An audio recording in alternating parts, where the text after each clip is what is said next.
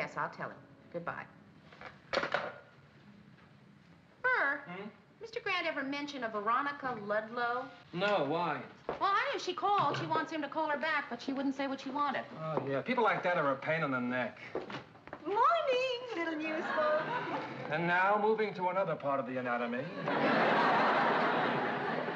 Mary, that was a lovely party yesterday. Oh, thank you. I couldn't have done better myself.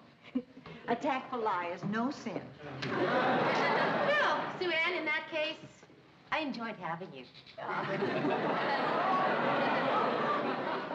What kind of a party, Mayor? Oh, it was a shower for Georgette. You know, she and Ted got married so quickly there wasn't time for it beforehand. Did she get a lot of good stuff? Oh, yeah, I'll say. She got linens, china, kitchenware. Oh, and an autographed copy of Sue Ann's new book on household hints. How to please a man. Well, like they say, those who can do and those who can't teach.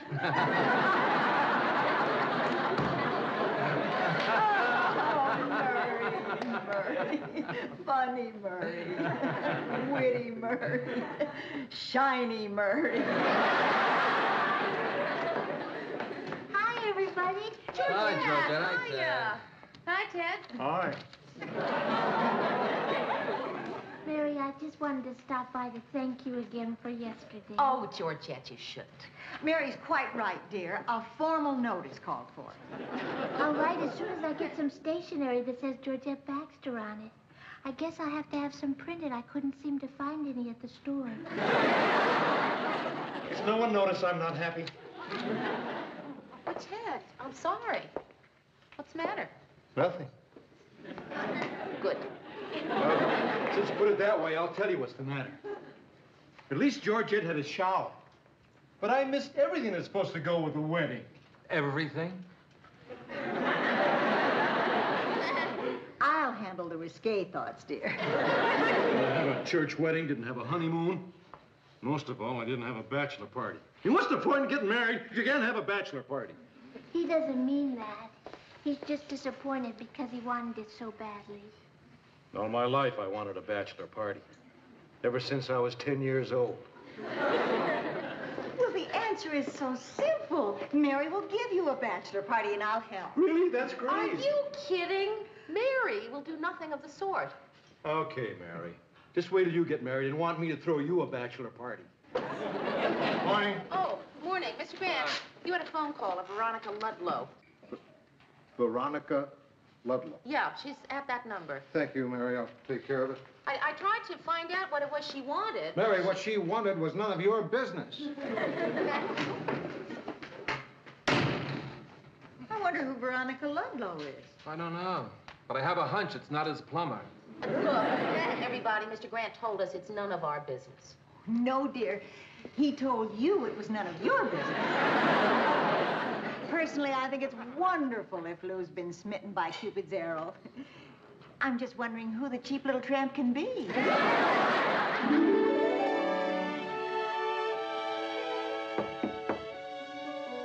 Come in. Hi, Ted. Now that you're married, I need to have you sign W-4 forms again. I'm not in a signing mood, Miss Richards. He's still upset because you won't give him a bachelor party. He says he's entitled to it. It's his right as a stud.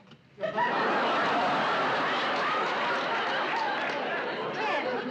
I am not giving you a bachelor party. Come on, Mary. What a good chance to get all my friends in one room. Lou, Murray. Did I mention Lou? Yeah. Right, Lou, Murray. No, Ted. Too many? Mary, I'm going to tell you something now that I've never told anyone. Georgette doesn't even know. Georgette, would you excuse us, please? But, Ted...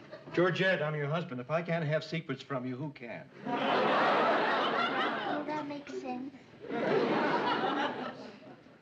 Ted, I'm not changing my mind. Mary, this is a secret I've never told anyone, not a soul. You may find this impossible to believe, but I'm not a popular guy. Ted, I don't have a lot of time. What's the secret?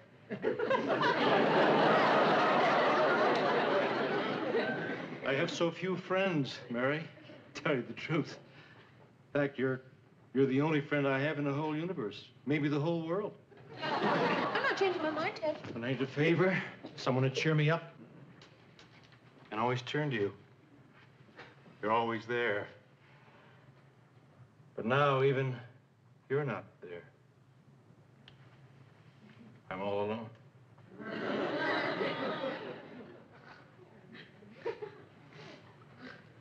Would tomorrow night be all right?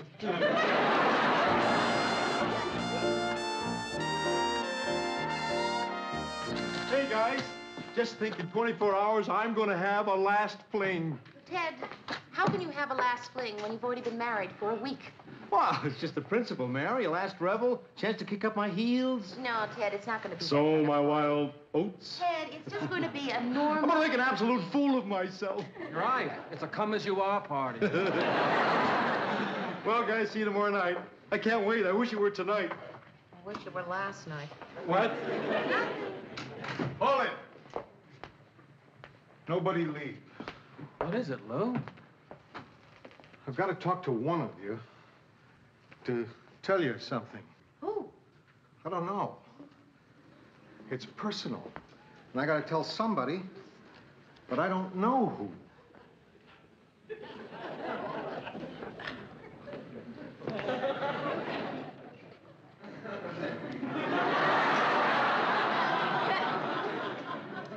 I just narrowed it down. You can go, Ted. Well, I didn't want to hear it anyhow. Do I tell a man or a woman? A guy for understanding or a woman for sympathy? Well, what sort of thing, Lou? Rough, Murray. Something rough and hard to say. This hurts. It's going to be like cutting myself open and spilling my guts out all over you. I'll tell Mary. Are you sure, Lou? Yeah, Murray. Yeah. Good night. Thanks. Oh, don't mention it. Oh, good night, Mayor, and happy listening. Mary?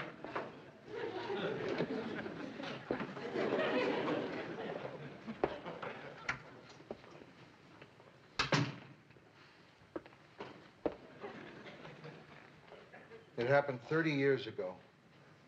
30 years ago? I'm sorry, Mr. Grant, but you did pick the wrong person. I mean, I just can't get sympathetic over something that happened 30 years ago. Would you just listen? I'm going to tell you about something that happened during World War II. Oh, gee, and I thought we thoroughly covered that. Mary, I had one great love in my life. Just one. Do you know what I mean by great love?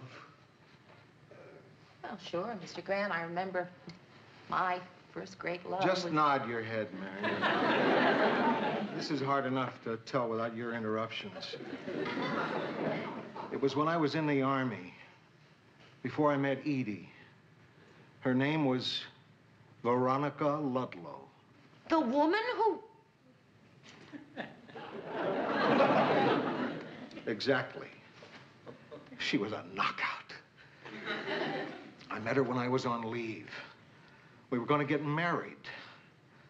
Then I was quickly sent overseas and sent into action. I missed her so much I got crazy. Can you understand that, Mary? That war cost me the woman I love, Mary, so don't try defending Hitler to me. You notice I say it cost me. You're probably wondering how. I'll tell you how. In the worst way possible. A Dear John letter on the eve of battle. Well, Mr. Grant, look at the bright side. I'll bet you there were guys during the war who didn't get any mail. I was sitting in my foxhole, eating chipped beef out of my helmet, when the letter came. I read it by the light of bursting shells. I still know it by heart. Would you like to hear it? You ate chipped beef out of That's right. And after I finished reading the letter, I took my helmet full of chipped beef and emptied it on the head of the guy in the next foxhole. Well, who could blame you? He did. An enemy bullet couldn't have hurt me as much as that letter did, Mary. And now, after 30 years, she wants to see me again. You want to hear the letter? Oh, Mr. Grant, do we really have to go Dear into the Lou. past? How are you? I am fine. Lou, I have something very important to tell you. I know I said I loved you, and at the time I thought I meant it. But now I guess I really didn't. Otherwise, how could I have married somebody else yesterday? I'd send your engagement ring back to you, but we were forced to sell it to pay for the honeymoon. I knew you'd understand. Good luck with the war. Veronica. She sold your engagement? Yeah. And she wants me to meet her for dinner tomorrow night at Le Petit Chateau. What are you going to do? Well, first, I'm going to cook up a mess of chipped beef. Then I'm going to fill my army helmet with it. Then I'm going to march into that restaurant and dump it over Veronica's head. Oh, Mr. Grant, come on. I'm not joking, Mary. Mr. Grant, will you be serious? Will you just be sensible for a minute and just think about it? You cannot walk into a crowded French restaurant on a Saturday night with a helmet full of chipped beef and dump it over a lady's head. You're right. I better make a reservation.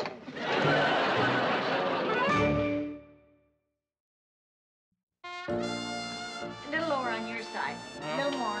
There we are. What are you supposed to do at a bachelor party? I don't know. I've never gone to one. Really? I've been to several. Yeah, but this is the first time you've entered through the door.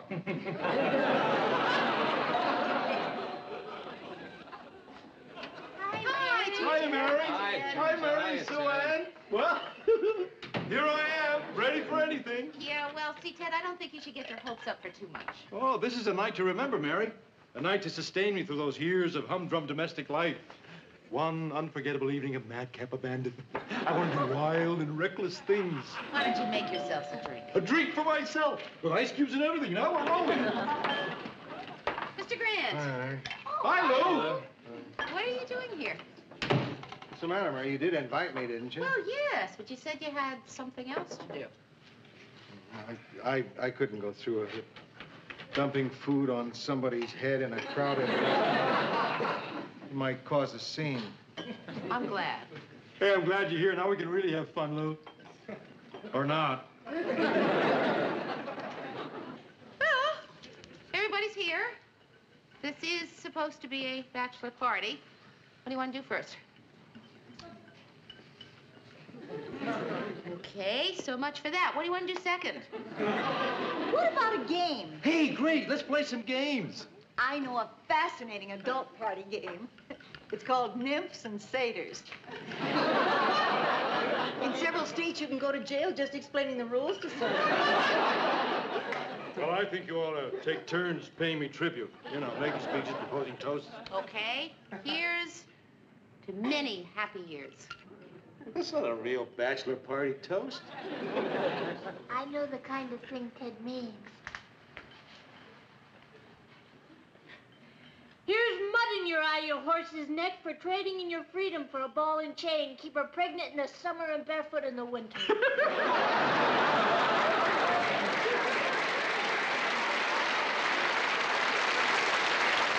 Writing out of a book of party toast is pretty dumb, but it's what he wants.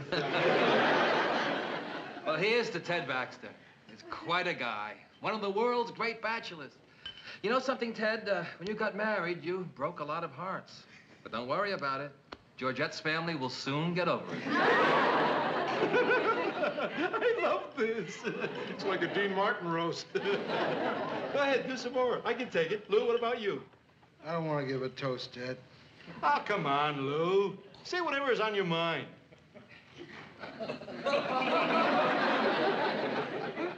Okay. Here's to the girls of your youth, the girls of your dreams, the first girl you ever loved, to the things that might have been and the things that never will be throughout your whole life until you die.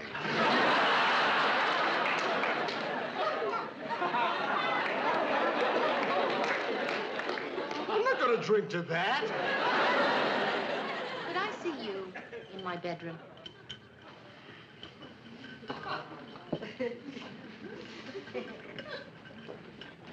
If I'd only known it was that easy.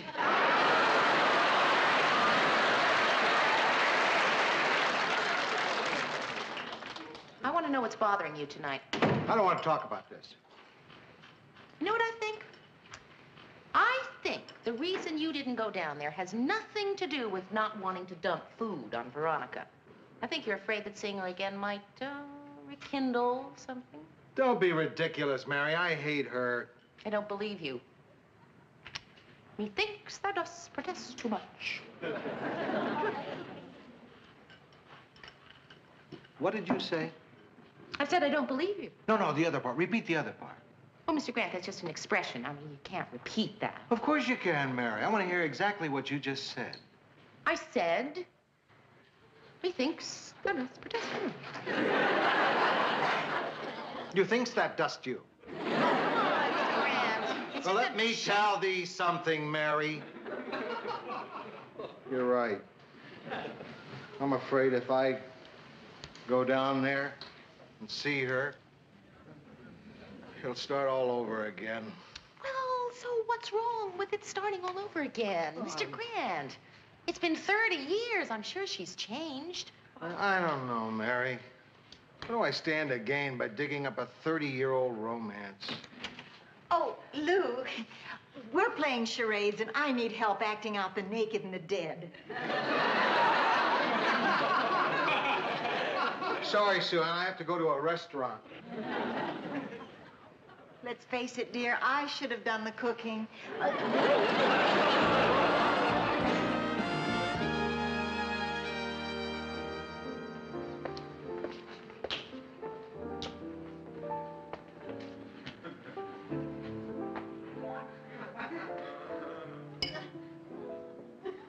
Veronica? Lou?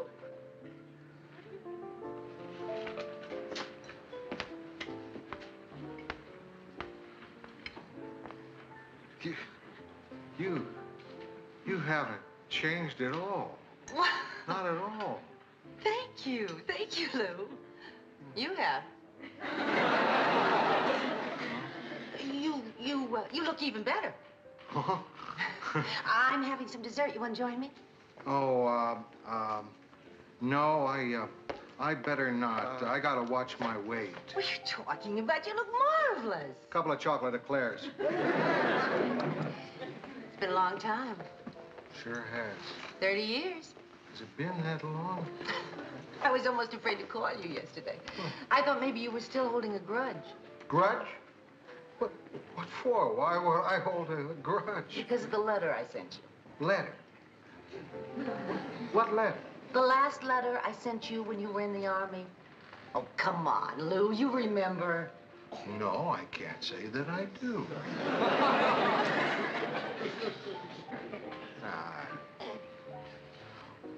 Who am I kidding? I'll tell you the truth. I remember that letter, and I did have a grudge against you. In fact, you want to know something silly? I had a crazy idea. When you invited me here for dinner, I had this crazy idea that No, I can't tell you. What? No, I can't tell you. Oh, come on, Lou. Tell me. All right, I was going to dump chip beef on your head. But you see, that's what I was eating when I got your letter. Oh. Crazy idea, huh? Crazy. I have some crazy ideas about you, too, Lou. The only difference is that my ideas are things we both might enjoy.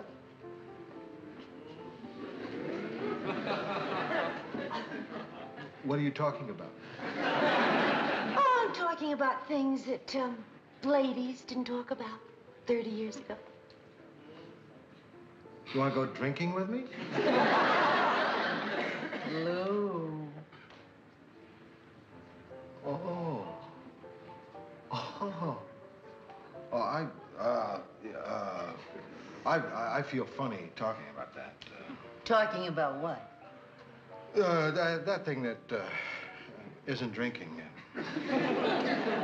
You are more wonderful, if that's possible.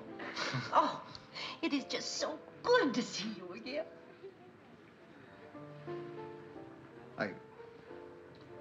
I don't mind being here with you either. I really don't. I like it. Thank you. Can I ask you something? Is it one of those things that ladies didn't talk about 30 years ago? Yes.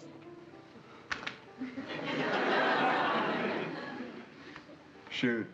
Can I borrow $100? $100? I wouldn't ask you if it wasn't for a very good reason. Well, listen, no, I don't need an explanation. I mean, you wouldn't call me up after 30 years to borrow money if you didn't have a terrific reason. Oh, Lou, you are still the greatest. Listen, I got an idea. I got tickets for the basketball game tomorrow. Would you like to go? Oh, I would love to go, but I can't. Huh? I'm leaving town tonight. That's why I need the $100.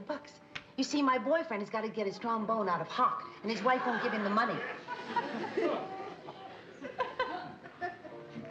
You need the money because your boyfriend Has to get his trombone. out of hock because his wife... won't give him the money. Oh. Well, we are really stranded, Lou. Now, if he can get his horn and he can get a couple of gigs, we can work our way to Vegas.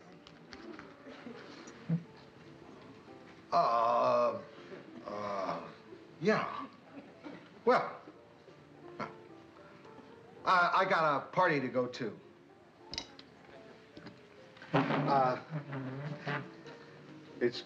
It's great seeing you again, Veronica. You too, Lou. I'm really glad I came. I learned something. What's that? Well, the past is past. You can't go back. Nothing stays the same. Especially us. I'm not the guy I was 30 years ago. I'm older and I'm wiser. I guess I've just mellowed. So long. So long. What the hell?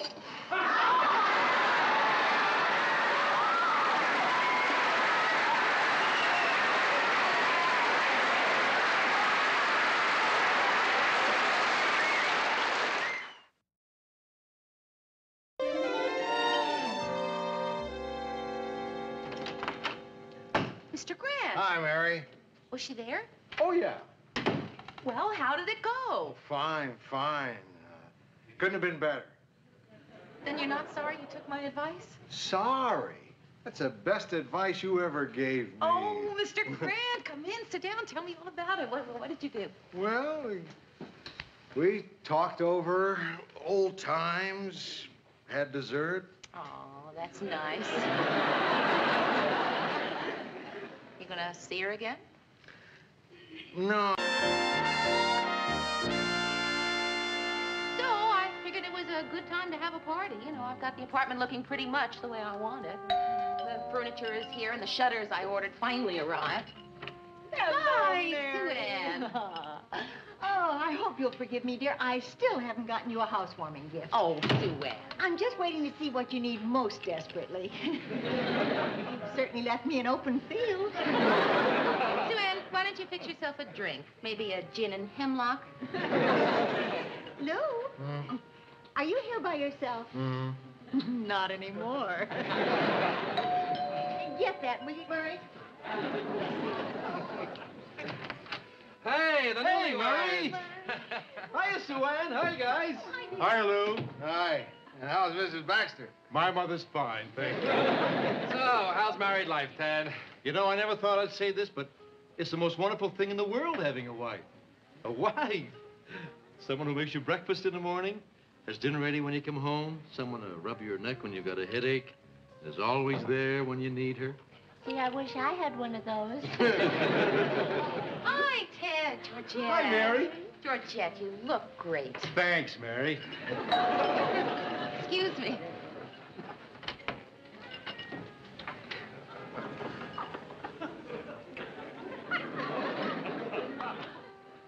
Oh, I'm sorry. I have the wrong apartment. Joe Warner, I'd like you to meet Murray Slaughter. Hi, hello, Murray. How are hello. you? And this is Lou Grant. Hi, Lou. How are you? And let's see. Sue Ann Nibbins. Joe Warner. It's a pleasure. Hello. And Ted Baxter. Nice to see you, Joe. This is my first wife, Georgette.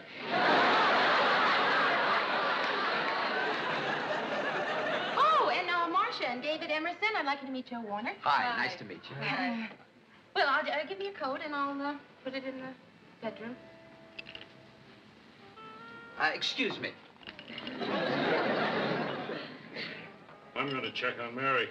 I don't want her putting my coat on the bottom.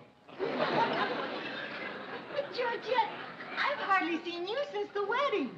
What have you two been doing with yourselves? There should have been a better way to phrase that question. Excuse me. I'm sorry. You ought to see the clinch those two are in. Oh, leave him alone, Ted. He seems like a nice guy. He touches too much. I don't like a guy who touches. Well, he wasn't touching you, Lou. You know what I mean? Man with a woman, there's no need for all that touching in public. Guy doesn't have to be all hands. I know just how you feel, Lou. I couldn't agree less, but I know just Well, everybody having a good time? not as good as you are.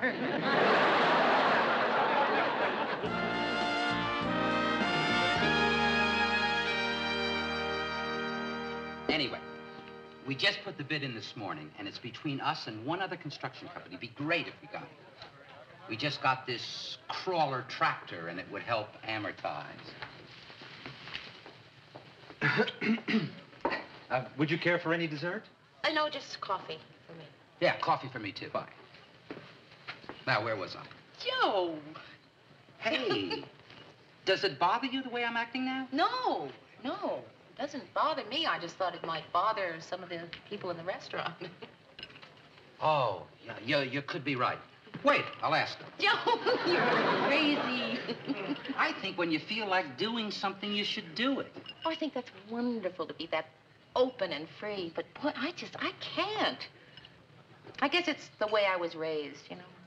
My mother and father never hugged or kissed in front of people, even me. About the only time I ever saw my father display any affection in public was when he patted our dog. Even then, you had the feeling the poor dog was embarrassed. Thank you. Well, I can't hide my emotions. I believe in letting people know how I feel.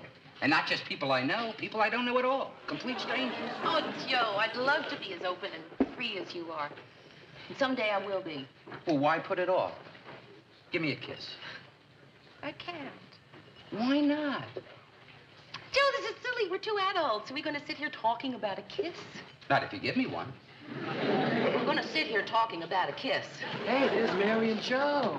Hi. Hey, hi, guys. Boy, I'm glad you're still here. I think maybe you should give Charlie a call, Mayor. He's having some problem editing the hold-up film. Oh, yeah, I will. Excuse me. It's nice seeing you again, Joe. Nice to see you, Mark. Hi, Mayor. Boy, Mary, you sure sing a lot of that guy. You think it's the real thing? No, he's not Mary's type. Well, what's Mary's type? I don't know. I just had a different picture of the kind of guy Mary would end up with. Mary's a very special girl. She deserves the best. Yeah, but I'm already married. You know who I always see her with? Perfect guy for Mary? Clark Kent. Rugged, square jaw, little shy, little mild-mannered. And when he takes his clothes off, Superman.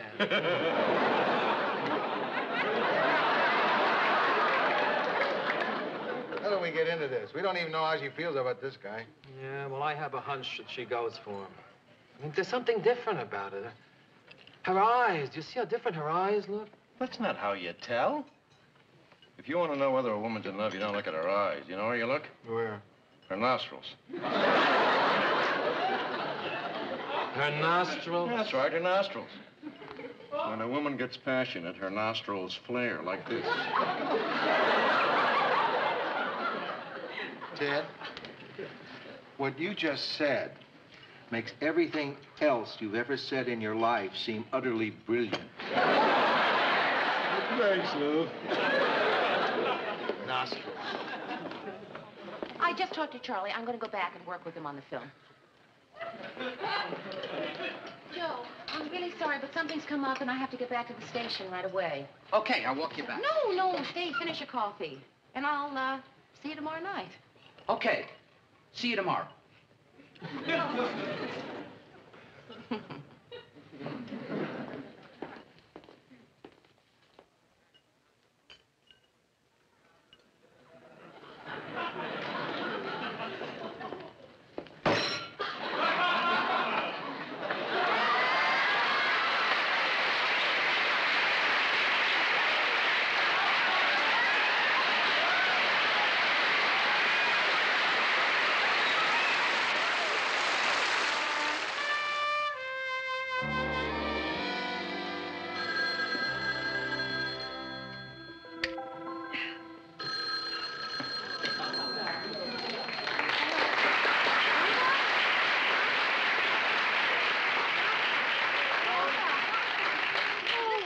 Wake you?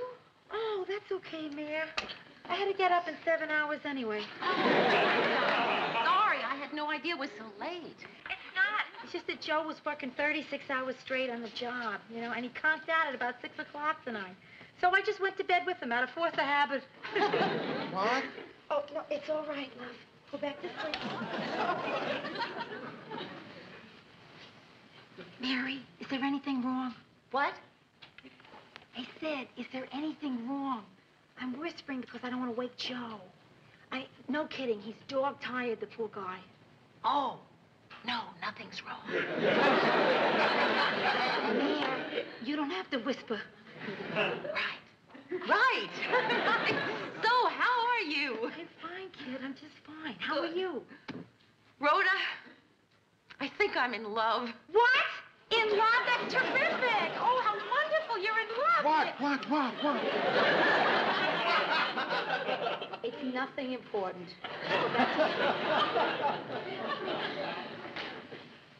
Mary, in love? I mean, that is fantastic. What's he like? Well, he's bright, attractive, he's sensitive, funny, considerate. You sure he's not too good for you? Tell me, what's he like? Well, he's... Oh. No kidding. Yeah. Oh, and Rhoda, guess what his name is? What? Joe. Joe! What?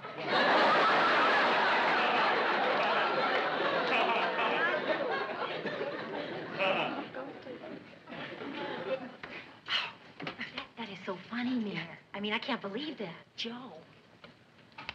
But, babe, it's really love, is it? I mean, are you sure? Are you absolutely positive? Well, Rhoda, I want to be with him all the time. I want to know everything about him, what he's doing, what he thinks, how he feels.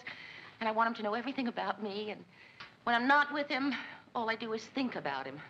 How does that sound? Like a Paul Anka record.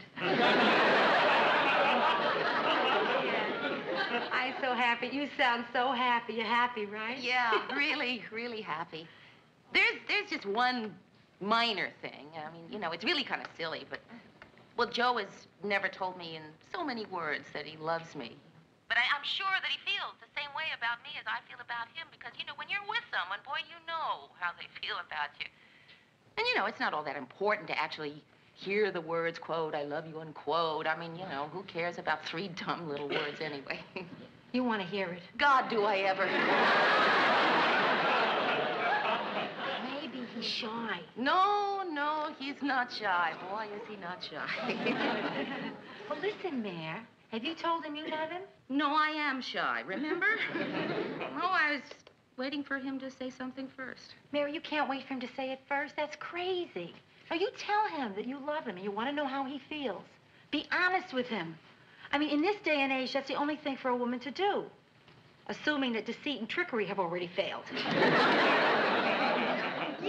Yeah, I guess you're right. Of course I'm right, of course. You go to him and you tell him, Joe, I love you.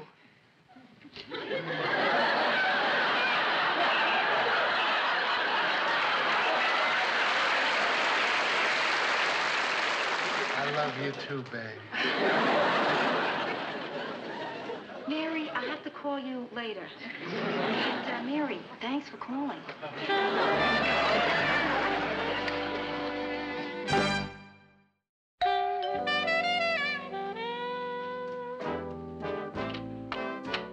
Hi, Mary. Hi. Guess who? You're supposed to say that before someone opens the door. No wonder everyone always guesses. We just stopped by to say hello.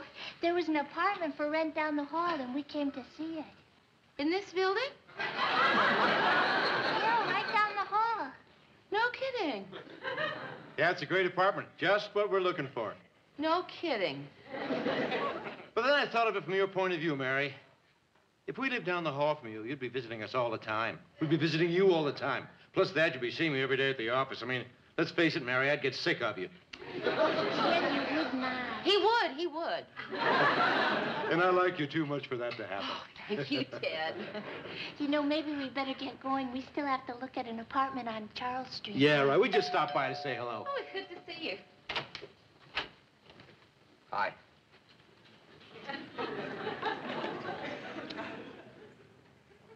Hi. Oh, hi, Ted. Hi, Georgette.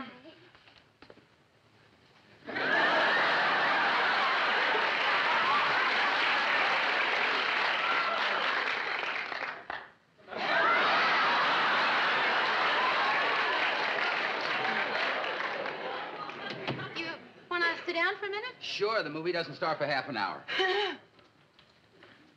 So, how was your day? Oh, it was really kind No, of... wait, don't ask that. I don't care how your day was. I mean, yeah, I care how your day was, but... I mean, that's not what I wanted to ask you. Joe, you and I have been seeing each other for quite a while, and there's something you've never talked about. You've never actually said how you feel about me. Joe, how do you feel about me? How do I feel about you? Like this. Well, no, Joe, in words. I mean, you've shown me how you feel, and that's terrific. But I don't know, for some dumb reason, it just seems important to me. I needed to hear it in words. Oh, in words. You want it in words? Like sentences, paragraphs, stuff like that? Yeah. Okay, in words. How do I feel about you?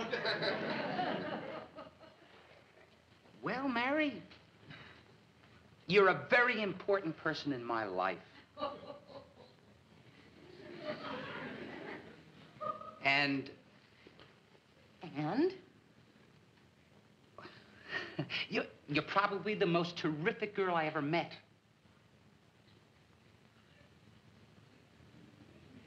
And?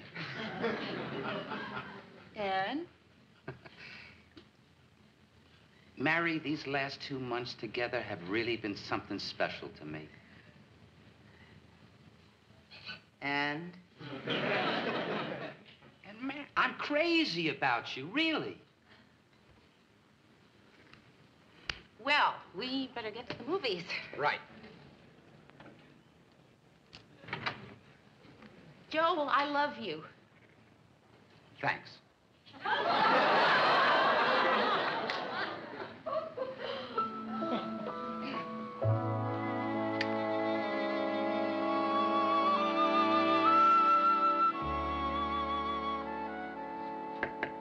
Yeah. Mr. Grant.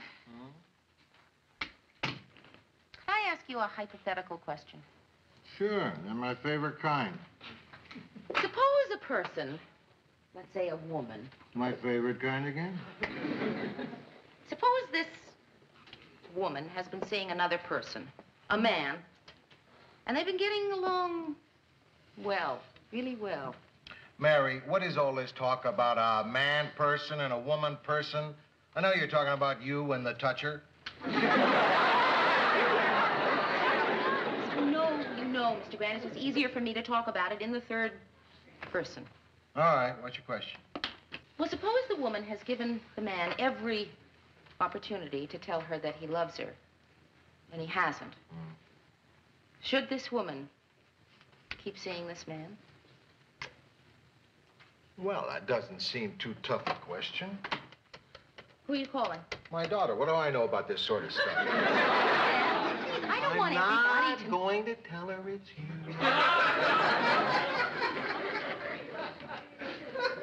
Hello, Sarah? It's Daddy. Listen, I want to ask you a purely hypothetical question. Oh, yeah? No kidding? That's great. My grandson, Billy, went to the potty all by himself today. That's nice. Yeah, he's a little trooper. All right. Now, listen, Sarah, here's Mary's question. A man and a woman go together for 3 months, and they get on just great. But he never tells her that he loves her. Should she keep seeing him? What? I'll check. Sarah wants to know, did you ever tell him that you love him?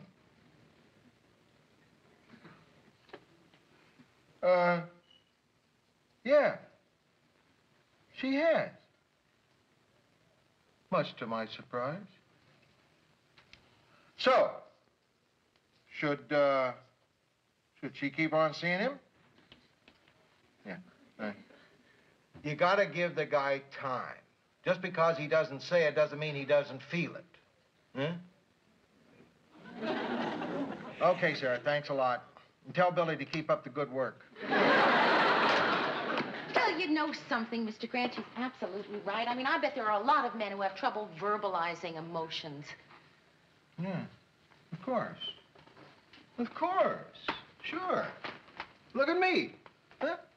We've known each other for 6 years now. In all that time, did I ever once take you by the hand, sit you down, and tell you exactly what I think about you? What I really feel about you in my heart? No, Mr. Grant, you haven't. Well, there you are.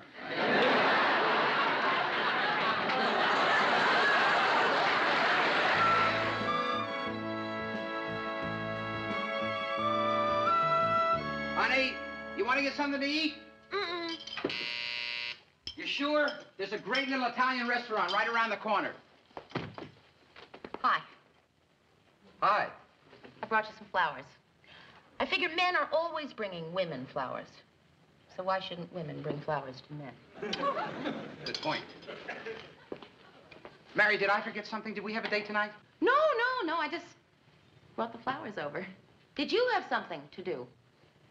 No. Because, if you don't want to hear, then I won't stay. Great flowers. What kind are they? Roses. Oh, yeah, I thought they looked familiar. Joe, I came over to talk about the other night. I feel really badly about that. I don't know, for some dumb reason, I was trying to press you into a commitment. And I just want you to know there's no need to make any commitment. I'm happy just the way things are. Really, I am. So I wanted you to know that if at some time in the future either one of us wanted to make a commitment, that would be fine. And if not, then we don't make that. Mary, there's another woman standing here. You can't react like she's not even here. I can, too. Mary, we have a situation on our hands. Yes, I know. We have a situation. I just haven't the vaguest idea how to deal with it. Wait a minute. Yes, wait, I do. I think I know how to deal with it. Hi, I'm Mary. Hi, I'm Jo. Who asked you? Mary, I'm really sorry. Well, I just gotta get going. I'll see ya. Yeah, I'll see you, Joan. Hey, Mary, look. No. Listen, in the first place, I should have called before I came over. And in the second place, you and I never made it clear that we had any kind of commitment to each other. And in the third place, how could you do this to me? I thought I was someone special to you. You are special. Listen, I don't know what to say here. I wish I could think of some crazy excuse. She my sister? I just can't believe all the time you were seeing me, you were seeing her, too. Now, that's not true. I just met her today. Today? Look, Mary, you are special to me. And I'm going to tell you something I never thought I'd tell anybody. The truth. Despite my feelings for you, despite the fact that I enjoy being with you more than anybody else in the world, I got this character flaw, this crazy thing I can't seem to control. I like women. You mean that Joan wasn't the only one, that there were a lot of women? Listen, I don't think we should talk about how many. I mean, it doesn't matter how many. What you may think is a lot may not be what I think is a lot. That many, huh? But Mary, it doesn't have anything to do with you and me. I don't care about them the same way as I care about you. It's just that I got this defect. Some guys are nearsighted, some guys have a limb, some guys are deaf. I mean, you would overlook those defects. Why can't you overlook mine? Where are you going? To look for a nearsighted deaf man with a limb. Mary, wait a minute, please, just wait a minute. Look, what if I try to change? I mean, I don't know if I can because I've never tried to change for anybody before. But I care about you. I really do. And I'd like to try. What do you say? Let's give it a try.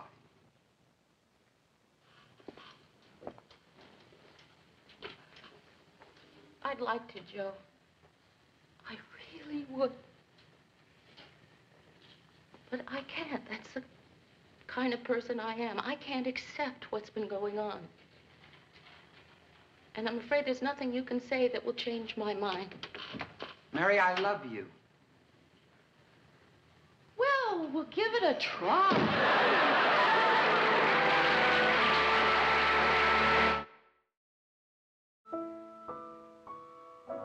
You know, it's funny.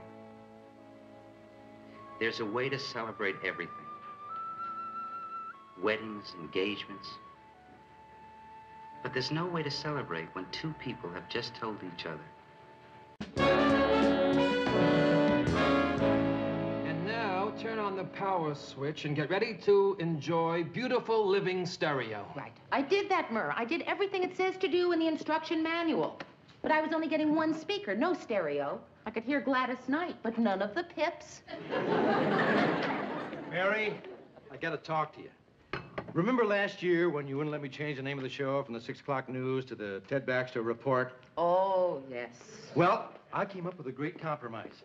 And you won't even have to have new title cards made up. I mean, you know how the opening titles go now. 6 o'clock news, we get with Ted Baxter. Now, all you have to do is switch them around just a little bit. Listen how much better this sounds. Ted Baxter with 6 o'clock news. Doesn't that sound great? No.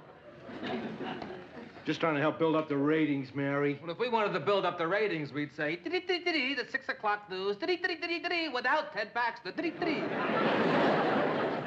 it's not a variety show we're doing. This is a news show. And the star of the news is the news. I mean, even Walter Cronkite doesn't get billing ahead of the news. It's the CBS Evening News with Walter Cronkite. It is? Yes, Ted, it is. Why don't you watch it tonight? Find out for yourself. Well, I can't. I'll miss celebrity bowling. I got Trini Lopez tonight. Hey, guys, look, I got my tax refund back. $6,000. You got back $6,000? Yeah. I can't believe this.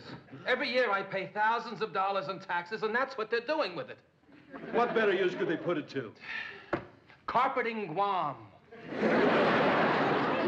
You know, I always get a refund, but I don't usually get this much. $6,000.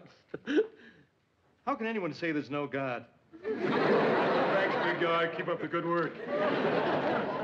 Morning. Hey, Lou, look. I got my tax refund, $6,000. What do you think I ought to do with it?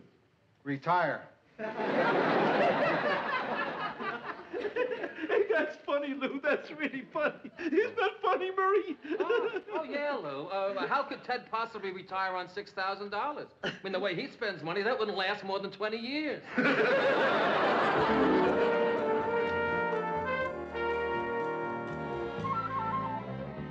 I did everything you told me to do. I took the whole thing apart, put it back together again, and now I'm not getting any sound at all. No, and I don't understand it either, because the man in the store said any fool could do it. Who is it? It's Ted. Help has arrived. Come on in. I'll call you back. Thanks. Hi, Mary. Hi, Mary. Hi. I hope you don't mind that we didn't call you before we came over. We wanted to surprise you. And we thought if we called first, then came over, it wouldn't be much of a surprise. Then we figured if we came here and you weren't home, the surprise would be on us. Yeah, and as it turns out, here you are. And here we are. Surprise! We just stopped by to give you a belated housewarming gift. Oh, Ted, Georgette, that's so nice. Come on, open it up, Mary. Okay. I hope we're not interrupting anything. No, not at all. I'm really glad you came over. Do you like it? It's beautiful. It's an antique. It's sterling. It's better than that. It's silver. Oh, I just feel terrible. I mean, it's too extravagant. I know. But since I got my tax refund, I figured I wanted to share my good fortune with my friends, and you are my friend, Mary. Oh, well, that's really very sweet, but I feel awful. I mean, when you two got married, all I gave you was that dumb blender. Mary, don't say that. It's a beautiful blender. Much nicer than the other three we got. Listen, Mary, it's not the price of the gift that's important. It's the thought that counts. All that matters is that you've shown us that you care about us, just as we've shown you that we care about you. And gifts are just tokens of what we feel inside, nothing more. Thanks, Ted. Guess how much it costs. Go ahead, Mary. Go ahead. Don't be afraid to go wild. Mary, you'll have to excuse Ted. He's never given a present before. Listen, can I get you guys something? Oh, no thanks. No, thanks. We really have to go. Yeah, I want to stop and pick up a couple of gifts for Murray and Lou. You know, something special, something unique, something that shows that I really care. That's nice. What are you going to get them? Whatever's on sale. Mary, we want you to come to dinner tomorrow. You haven't seen our new apartment yet. No, I haven't. I'd love to. Tomorrow night, okay? Okay. So long, Mary. Goodbye. And listen, thanks again. This is beautiful. You're I welcome. love it. You're welcome. Bye-bye. So Bye. $146.50 plus tax.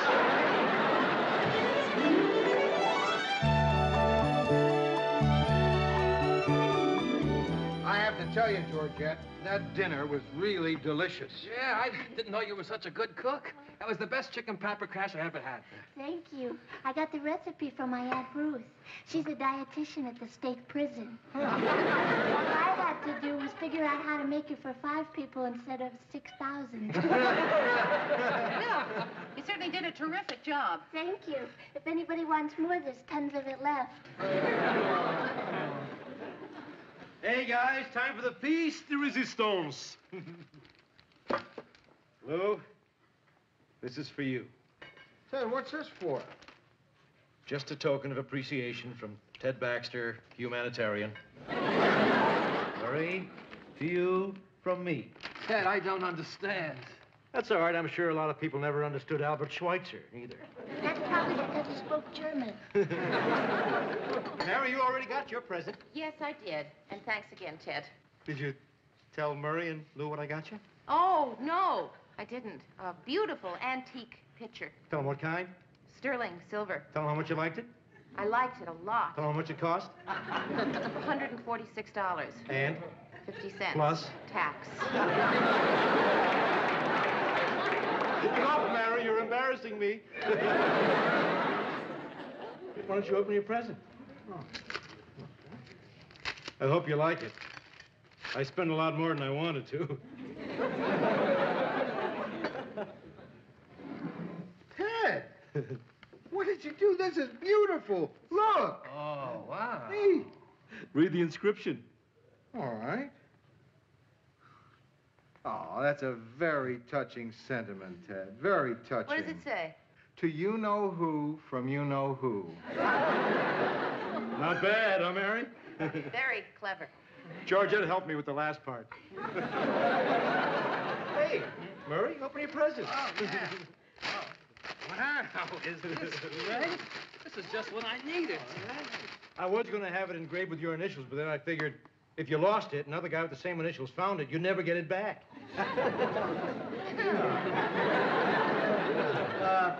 Ted, why are you giving us these presents? Yeah, Ted. I mean, this is pretty extravagant. Tell me, does this by any chance have anything to do with you wanting to change the name of the 6 o'clock news? Murray, I can understand you thinking that I've got an ulterior motive. Well, I don't. You see, getting that tax refund made me realize something. I mean, I'm a lucky guy. I mean, life's been good to me. I've got a good job. I've got good health. I've got a good wife. A fantastic barber. And I just felt that I should try to be a better person than I've been. I mean, let's be honest. I've got flaws. No.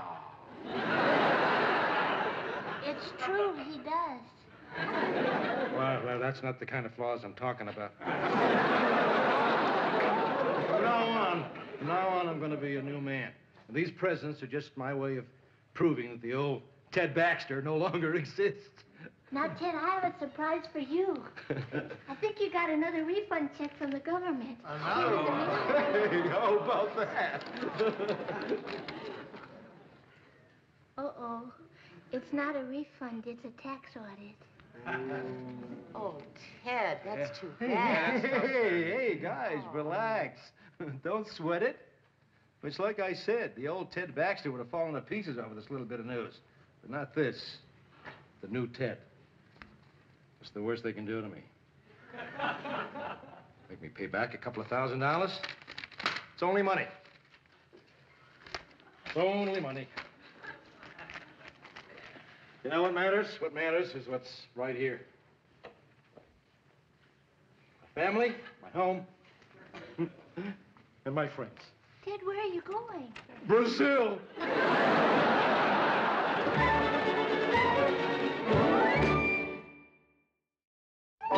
So then, I wired this speaker to this connection, just like Murray told me to, and all it did was just make this weird sound. All right, I'll tell you what I'll do. I'll come by tonight and hook up the whole thing for you. Oh, Mr. Grant, no, I couldn't ask you to do that. I'm sure you must have more important things to do. You're right. Tonight's the night I usually count my socks. I'll count them twice next week. Hey, thank you a lot. Say, Mary, you've got to help me with my tax audit. Yeah, sure, Ted. What can I do? Well, the Internal Revenue man is coming tomorrow to check on some deductions. Uh-huh. Well, just say that I took you out to lunch a few times last year and we discussed business. A few times? 217. Ted, you never took me to lunch. Okay, just say an even 200.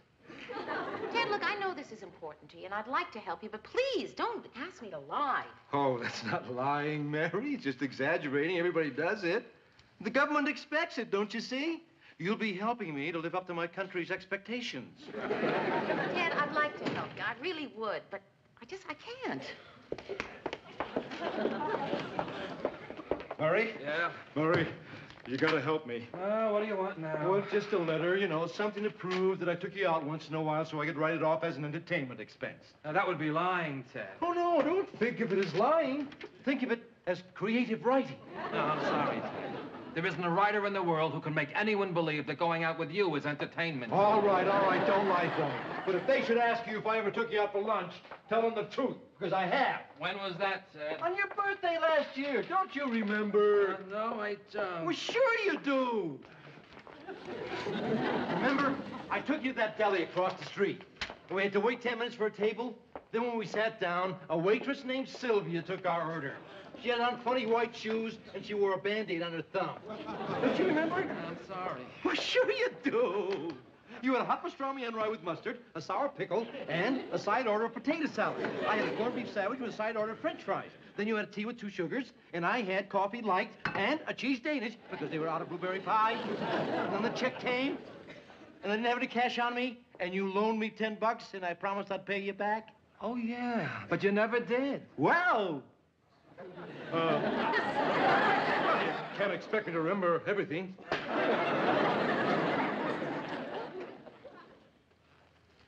Lou, I gotta talk to you. I'm busy, Ted. What if I told you it was a matter of life or death? Mine or yours? Mine. I'm busy. Busy. Busy. I'm busy. You're always busy. Well, that's not fair, Lou. I mean, if Mary or Murray came here, you'd take the time. But if I come in here, you're too busy. Well, you're absolutely right, Ted, and I apologize. That was very thoughtless of me. I want you to know that if you ever have a problem, no matter how big or small, I'm always here to help you. Thanks, Lou. I really appreciate it. Anytime, Ted.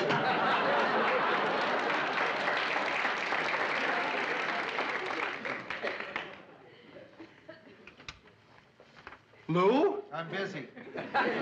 You didn't hear my problem. Ah, okay, what is it? Well, last year, I went out and bought a whole new wardrobe. Mm-hmm. And I put down on my income tax return that I needed that wardrobe, you know, for my newscast, so I could write it off as a business expense. And now that you're getting an audit, you want me to back you up that you wore all this stuff on the air? Well, it's just a couple of things, Lou. Yeah. I mean, things that I could actually have worn on the air. Mm-hmm. Suits, sports jackets, slacks, evening gowns. Evening gowns. Okay, they're for Georgette, but they don't have to know that. And you want me to say that you wore an evening gown on the 6 o'clock news? I'm not asking you to say I look good in it. Get out of here before I throw you out. Lou, please.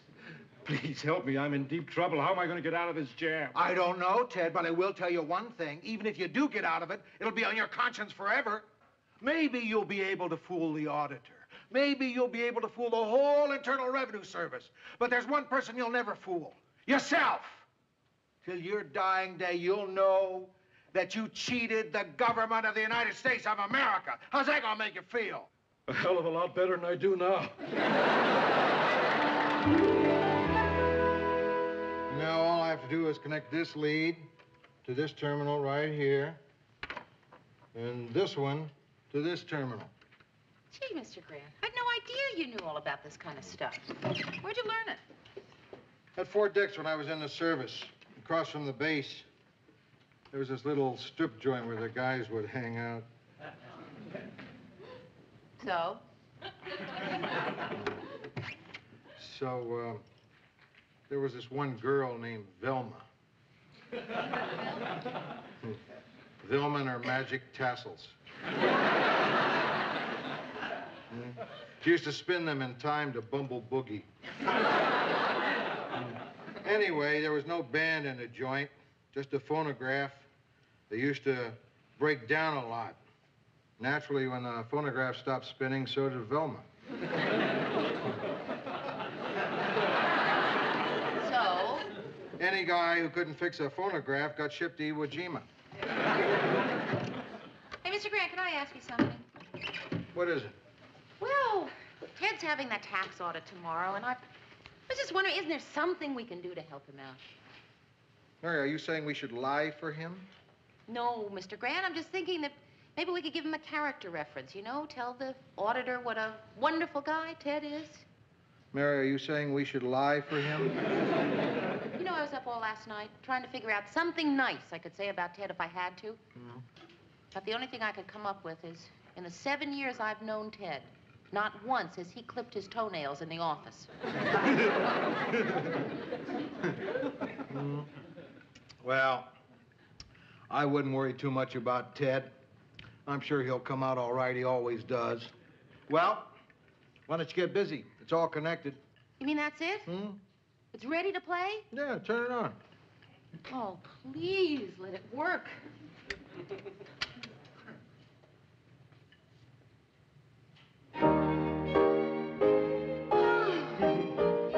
Oh, you are amazing. I mean, you knew knew just what to do. I know. That's what Vilma used to say. Oh, that's just beautiful. I mean, I was starting to think I'd never have music in this apartment. Oh, but that sound. I mean, it's even better than I dreamed it would be. Hello? If you don't turn that thing off, I'm calling the cops. Rotten kids.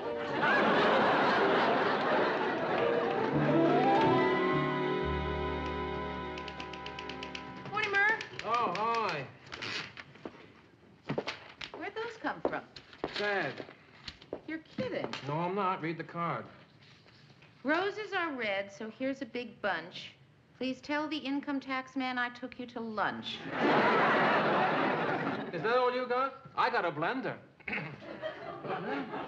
Hi, pals.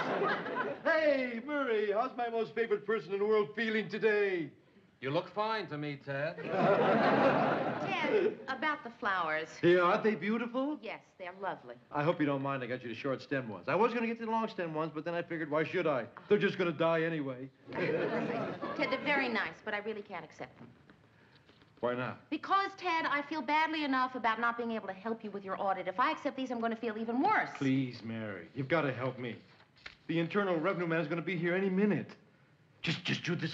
Just do this once, and I promise, tomorrow when you come into work, there'll be meat on your desk. Sorry, Ted.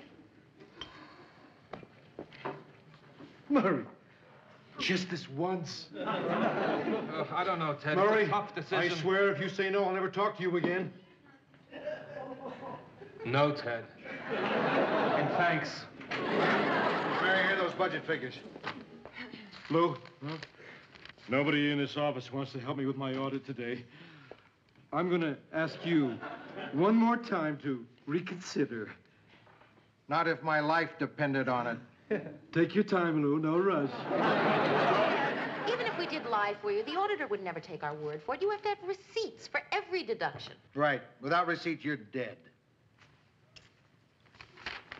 I don't need any of you. You know why? Because I've got an ace in the hole. Me. I'm Ted Baxter, anchorman of the 6 o'clock news. That guy from the Internal Revenue probably watches me every night. Just think of how impressed he's going to be when he meets me. That guy's not going to make any trouble for Ted Baxter.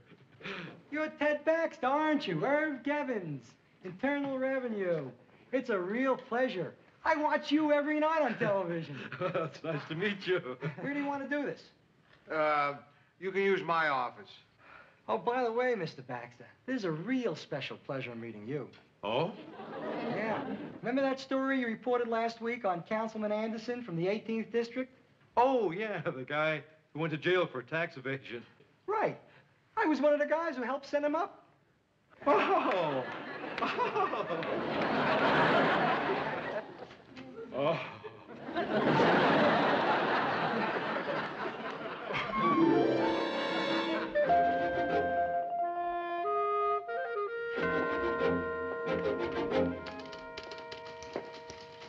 Oh, Mr. Grant, I feel awful. Isn't there something we can do? Relax. He'll be all right. At least he's got one thing going for him. If he pleads ignorance, they can't call him a liar.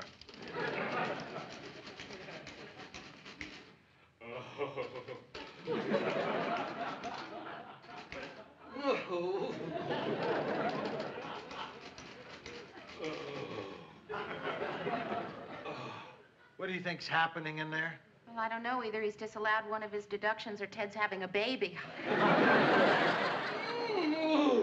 Maybe twins.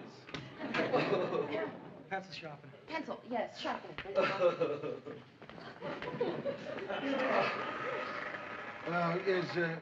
Is he going to be all right? It's a little too early to tell.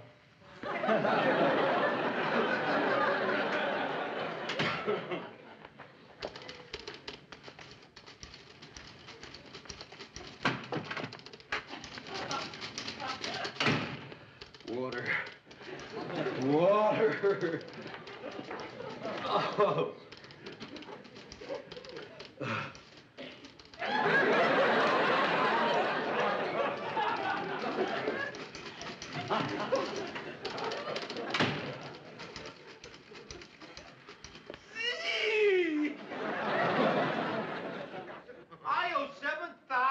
Oh.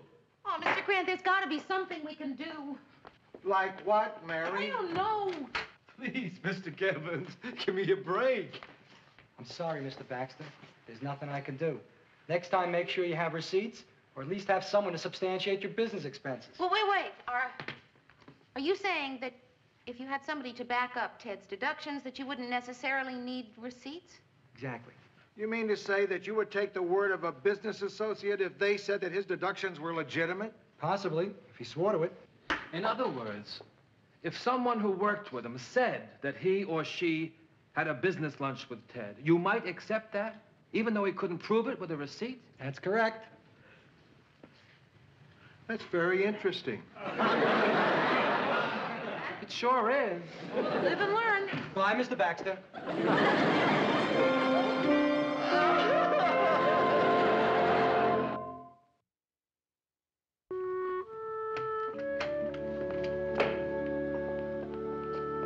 Ted, we've been thinking it over, and we've decided to change the title of the news to Ted Baxter's 6 o'clock news.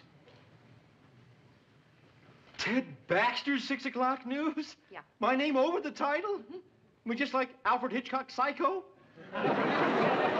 More than you know, Ted. Gee, thanks, guys. Wait a minute. Are you saying this because you think I deserve it? Or because you feel sorry for me because of the tax thing? Ted, we are saying this because we honestly and sincerely believe that you deserve it. Isn't that right?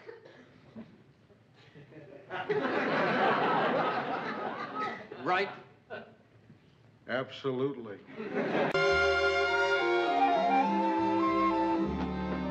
Murray, I have the most incredible news. Oh, yeah? What is it? Well, I can't wait to tell you. Well, tell me. Murray, you're just not going to believe this. At this rate, I'm not going to hear it. Okay, well, you know how hard it is for us to come up with new guests each week for Talk of the Town. Yeah? Okay, I have a friend at the State Department who handles visits to this country by important people, and Murray, guess who we're getting for the show? Who? Murray, you're not going to believe it. All right. Prince Charles of England. Really? Yeah. I mean, my friend is pretty sure. Murray, think of what this can do for our ratings. Yeah. Wow. Ted interviewing Prince Charles. What a great bicentennial gimmick. Starting another war with England. Guys? Oh, Ted, I have the most incredible news. Really? What is it? I just can't wait. Ted, you're interviewing Prince Charles. Forgive me, Mary, but life is so short.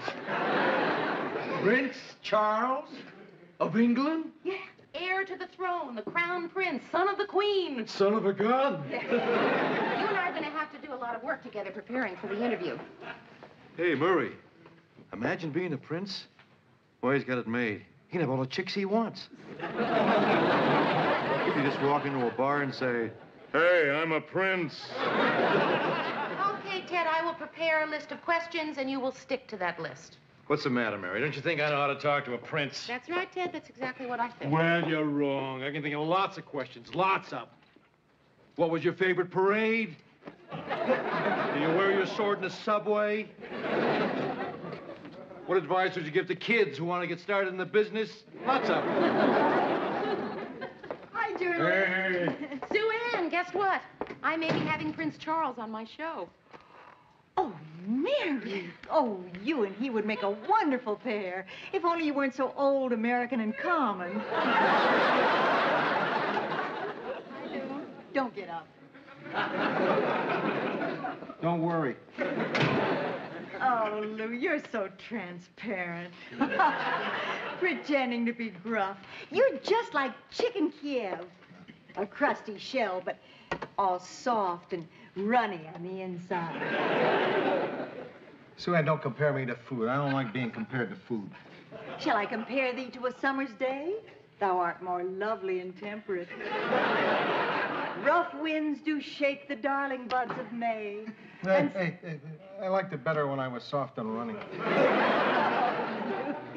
Sweet, adorable, bashful, shy Lou. Yeah. Don't try to hide it any longer.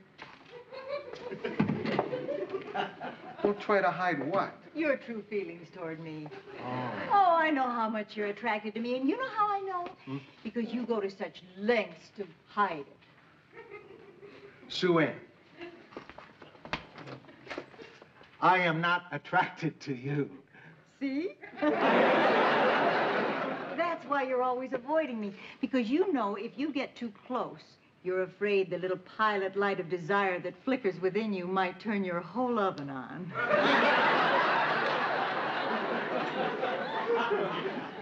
Sue Ann, for God's sake. That's why at the station picnic last summer, you wouldn't even be my partner in the sack race. You were so afraid of having your passion aroused. That had nothing to do with it. I just didn't want to get in the sack with you.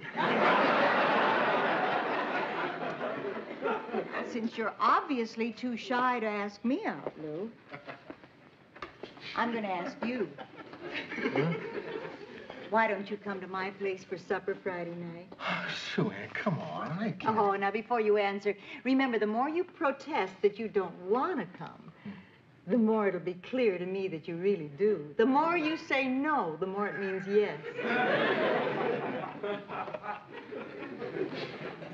Let me get this straight.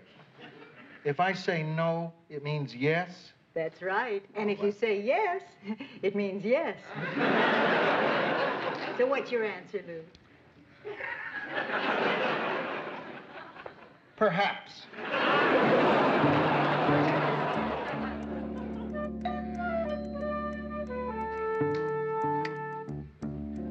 Who is it? Sue Ann. Hello, dear. I hope I'm not disturbing you. I was in bed. Oh, good. Then you're alone. Sue Ann, it's 2 in the morning. I know. I was out on a date. What are you doing here? I want to show you something. Jessie, come in here. Hi. Mary, this is Jessie. Jessie, this is Mary Richards. Hello? I don't understand. I just wanted to show you what I've been out with. Well, it's all right, Mary. He doesn't like me any more than I like him, do you, Jessie? No. Sue Ann, what are you doing here? I just want to show you the lengths to which I am forced to go for simple male companionship. I want you to see how dull my social life is. Close the door and sit down, dear. Make yourself comfortable. Would you get him a glass of water, Mary? Something to keep him busy. Sue Ann, I still don't understand.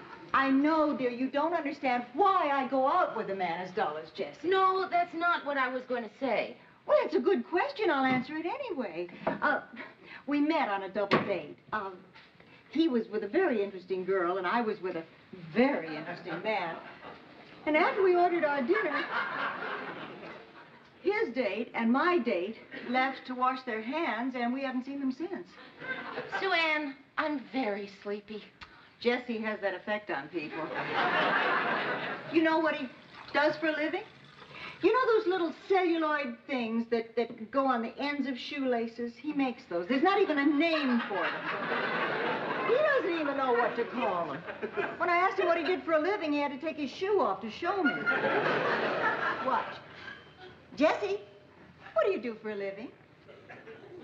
Oh, no, that's all right. Thanks. You know, she's always making fun of what I do for a living. But those little things on the end of the shoelaces are very, very important. I mean, if you didn't have them, it would be murder trying to get the shoelaces into those little holes. Very true. Sue Ann, I don't want to appear to be a poor hostess, but what has all this got to do with me? Mary, dear, you can help me escape this. Now, Jessie's typical of the kind of men I go out with. Well, maybe not typical. He's one of the better ones. Good water.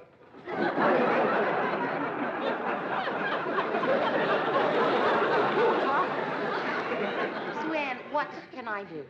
Help me get a date with Lou. I would like just one shot with him, Mary, and I really think if we could go out once, he might really learn to like me. Sure, just because I don't like it don't mean he won't. Thank you, Jesse. Just one shot, Mary. That's all I'm asking. Don't you think I deserve that? Don't you think even I deserve one lousy chance to be happy? Oh, Sue Ann. Please, Mary, please. Well, I don't know what you think I can do, but if I can help, I'll try. Promise? Yes, I promise. Oh, Mary, dear, dear, sweet, wonderful friend. And now, dear, you really should get some sleep. You look dreadful. Bye, Jesse. Thank you. It was very nice meeting you. A pleasure. Look, if you'd like, I can drop her off and come back later. Don't think so.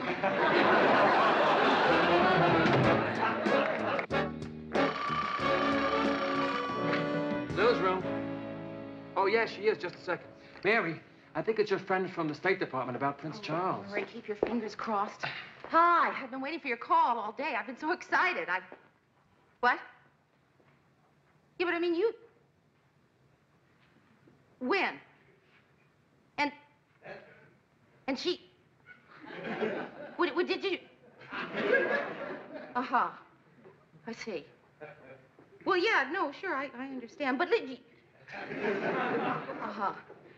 Well, no, it's not your fault. But listen, man, I was just... Maybe if you... Uh-huh. Well, no, I was just thinking, you know, that if you... Right, okay. And thanks for calling. Goodbye. We're not getting Prince Charles for the show. He is not coming over here at this time.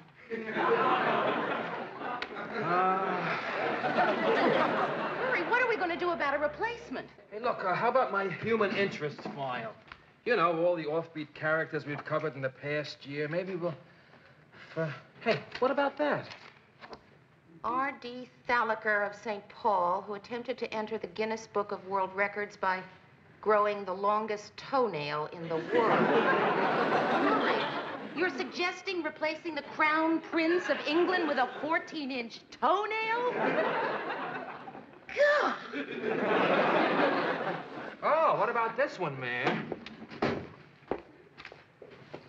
The amazing Garavelli, the man who can stop a cannonball with his stomach, I don't think so. Yeah, big deal. I'm sure Ted could do the same thing with his head. What else have you got? Let's see, Oh, now this is a possibility. Yeah? It's the king of the gypsies. He's not the national king, he's just the local one, but he's very colorful. Okay, at this point, I'll take anything. All right, Murray looks interesting. Let's see if we can book him. Terrific. Only Murr, why couldn't it have been Bonnie Prince Charlie? I'm sorry, man. I know how disappointed you must be. Well, it's just that they practically promised me the prince. I mean, people shouldn't make promises they can't keep. How true, dear. Oh, Sue Ann, listen, You know what you have to do, Mary. Yeah, so did Benedict Arnold.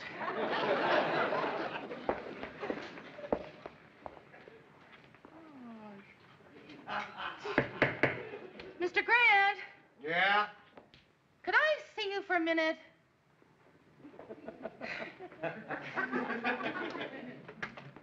What is it, Mary? Well, I was wondering if you would do me a favor. Depends. Well, you see, I have this friend, and, well, she has sort of a crush on you.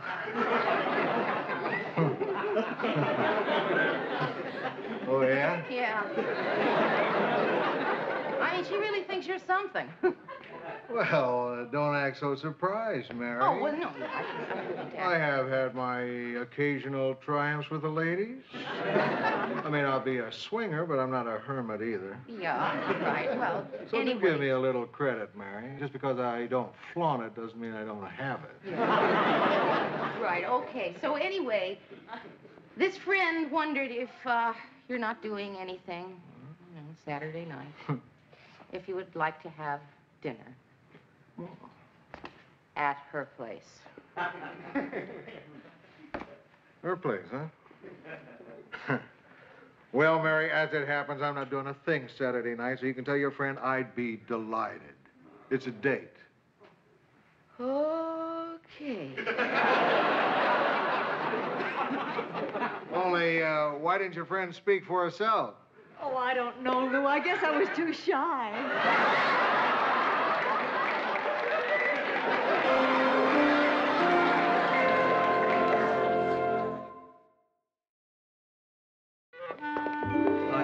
Oh, Murray, where have you been? It's almost airtime. Oh, I'm sorry. The traffic was awful. How are things here? How are things here? Well, Mr. Grant is sulking up in the booth because of his date with Sue Ann tonight. He's furious with me. Ted hasn't shown up yet. Neither is the king of the gypsies. Well, I've got the king of the gypsies with me, and he's not going to improve your mood. Mr. Kralik. Mary, I'd like to present His Highness Laszlo Kralik, king of the gypsies. Call me Laszlo. How do you do, Laszlo? It's a pleasure to have you with us. Call me Kralik. Pete, you want to get some hot coffee down here? Not for me, thank you. It keeps me awake. Well, I better get to the booth. Murray, where are you going? What about Ted? Well, I don't know. Maybe you should run over the questions in case you have to fill in. Good luck, Kralik. Call me Laszlo. What was your name again? Mary. Lovely name. I think it was my mother's.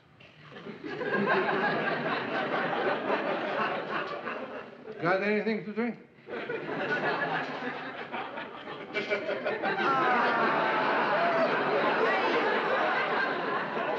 Why don't we just sit down?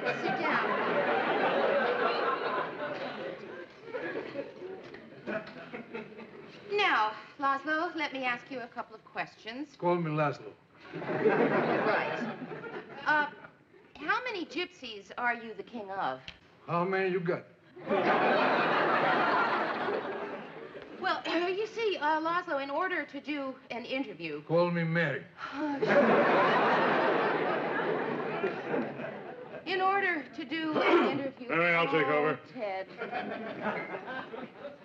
Your Highness, it's a pleasure to meet you. My wife. You play the accordion? Why don't you just sit for a moment and we'll be right back to you. Wait, see you for a second? Yeah, sure. Don't make any suspicious moves. Just get to a phone and call the police. Police? Why? What happened? I don't think that man is the Crown Prince of England.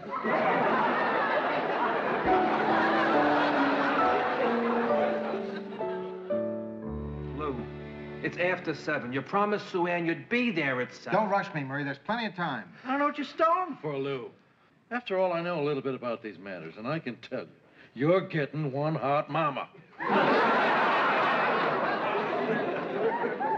Listen, why don't we all have a drink? Lou, it's 10 after 7. We could drink fast, no talk, just pop, pop, pop. Lou. Yeah, you're right. Come in. Mr. Grant, could I talk to you for just a few minutes? Guy talk, Mary. We were just leaving. Lou, let me give you some advice. Tonight, when you're alone with Sue Ann, kiss her on the eyes. Makes them crazy. Mr.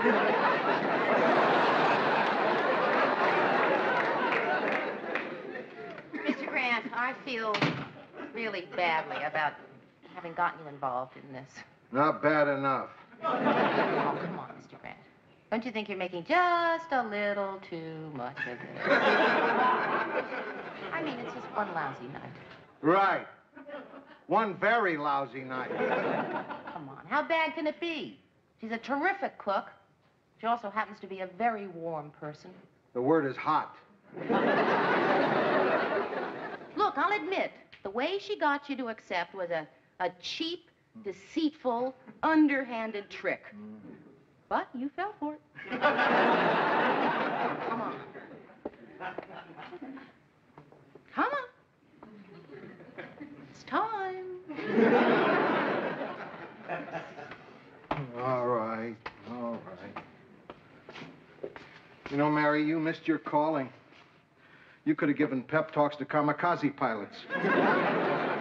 Thanks, Mr. Graham.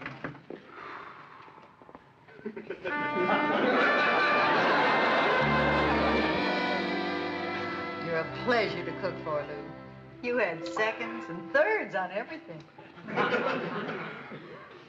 I was just trying to make the meal last. No, I can't ever remember staying at the table this long. Well, I figure someone goes to all that trouble, the least you can do is enjoy it. There is nothing more rewarding than giving pleasure to a man. Right. Right. So, you got any more of those little toadstools? Truffles. Truffles. No, we finished the truffles. We finished all the food, Lou. Oh, really? Oh, what about the cake? All gone. Great cake. Light, fluffy. Good. Now, why don't we take our coffee? What about bread? You got any bread? No, Lou. Dinner is over. Can I walk your dog? I don't have a dog. I'll go buy you one. Lou, why don't we be a little more comfortable?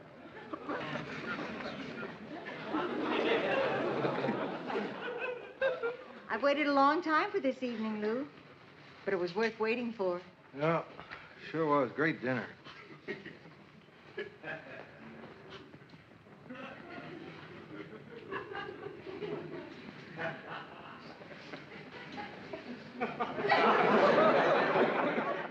What's that expression? A great meal is the prelude to the symphony of love. Who said that? I did.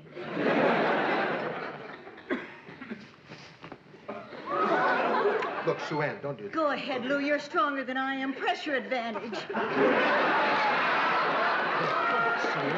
Be gentle, Lou. That's all I ask. Be gentle.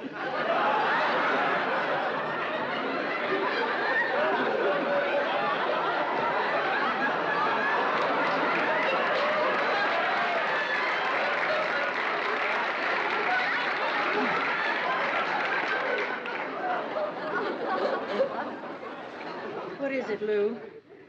You want to be flattered? Coaxed? Cajoled? What does it take? Lord knows I went for broke on this date. What did I do wrong? Well, it's not. Is it me? It's not quite.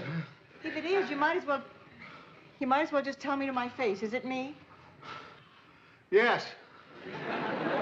That's exactly it. You're absolutely right. It's you. What I mean is that you're much too good for this.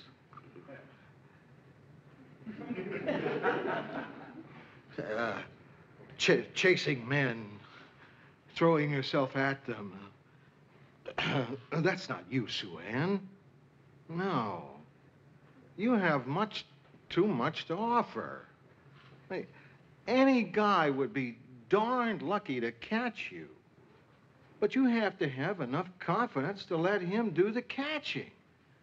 You're a terrific broad. Woman, that is. Broad's okay. But you don't give people a chance to find that out. The treasure shouldn't do the hunting, Sue Ann. You're a treasure. You should act like it. Okay? I think maybe I better go. Lou, Hmm? that was a lovely rejection. Isn't life funny? I've been accepted by lots of men and felt rotten. You just rejected me. And I feel like $1 million. Thanks, Lou. Listen, this was a good evening. Who knows? Maybe... Maybe we'll do it again sometime. When?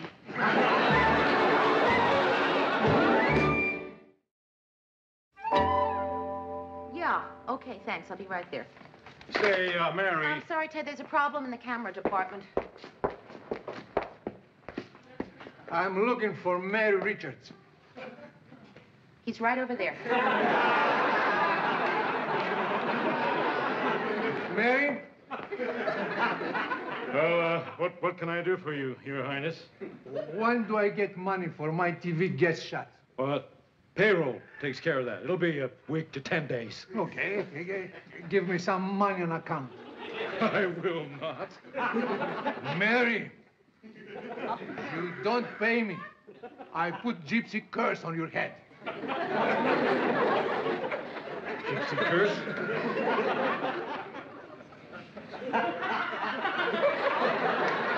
May your tongue shrivel up.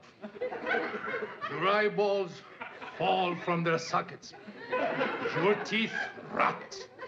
Your armpits catch fire. And the soles of your feet be covered with boils.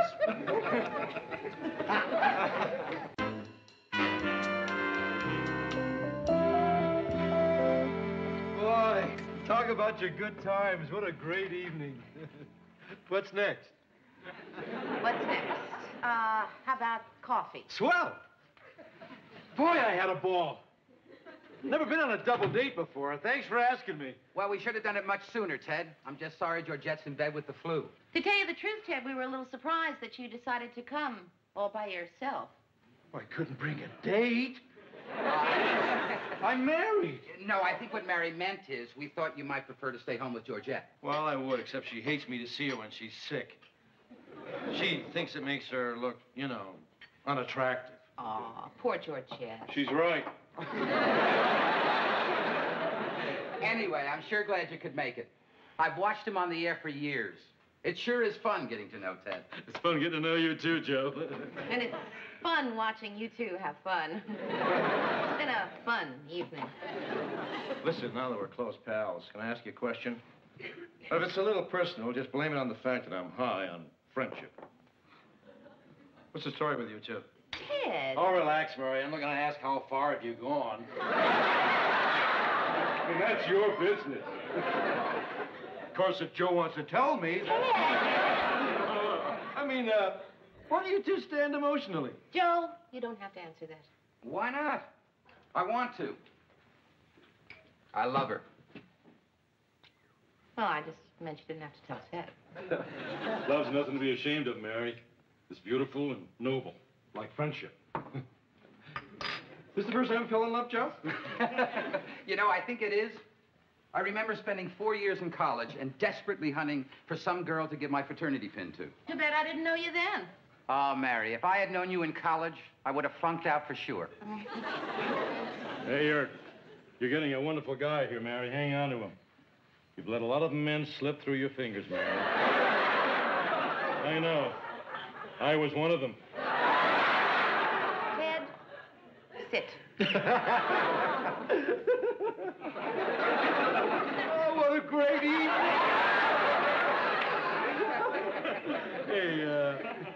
Hey, I can't stay. Are you sure? He's sure.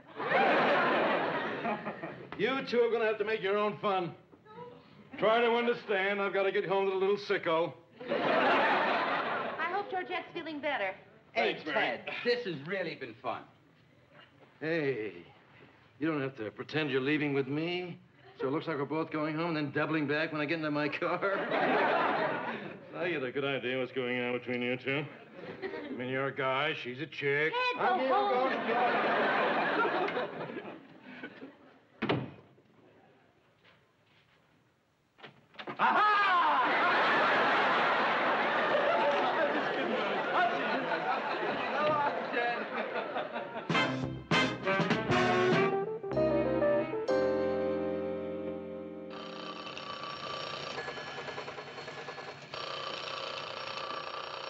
Nobody can pick up a phone around here? Yeah? Who'd you say it is? I don't know any Dan Whitfield. What if you are downstairs? Lou, you know him. Yeah, how are you, Danny boy? Yeah, glad to hear from you. Are you coming up? Great. To see Mary. Oh, she'll love to see you. Uh-huh. Yeah. Okay. See ya. Who is he? Well, how can you forget? He and Mary went together for about a year. They almost got married, and then he went away. Oh, yeah, he was a nice guy. If he's such a nice guy, what's he doing bird-dogging Joe's quail? Hey, wait a minute. I remember. He was a very nice guy. Maybe Mary's better off with him than Joe. No, I don't know. I didn't like it when he left town on her. He didn't. He took another job someplace else. Well, all I know is he made Mary cry, and I don't like guys who make Mary cry. What about the guy she's seeing now and all the other girls he's been going out with? Oh, no, he only did that until she caught him, then he cut them off. And that's a gentleman, Lou. I mean, no kidding. The one that deserves Mary is Joe. I'm not sure. Please, Lou. Please what? Vote for Joe. Okay. Murray? This guy made Mary cry. I vote for Joe, too. 3-0. Hi. Oh, hiya, Dan. You lose by a landslide. What? How are you, Dan? Fine. Hello, Lou. Where's Mary? Not here. Not in yet. She's dead. Miss Grant, I checked with the film lab and... Dan! My mother was right when she told me about women. Son, I'm the only good one. What are you doing here? Are you visiting or what? Moving back. I just got in, and I wanted to see you before I did anything else. Well, gee, it's really good to see you. Look, let's get together tomorrow night. There's a formal dinner dance at the university, and I'm supposed to go. What do you say, Mary? Come protect me from the undergraduates for old time's sake. Okay, sure, for old time's sake. Great. I'll call you tonight. Okay.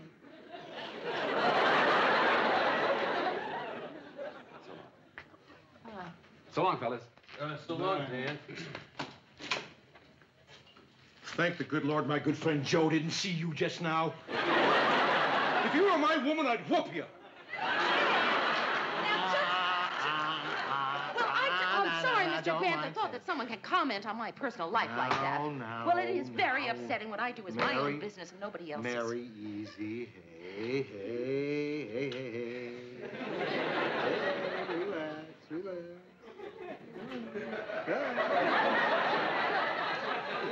Okay, thanks. It's okay. I'm great at calming women down. Some men excite them, I just calm them. You just have to understand, Mary, that Ted likes Joe, and he's not quite as bright as some of us. He just can't understand how you can go around cheating on the man you love.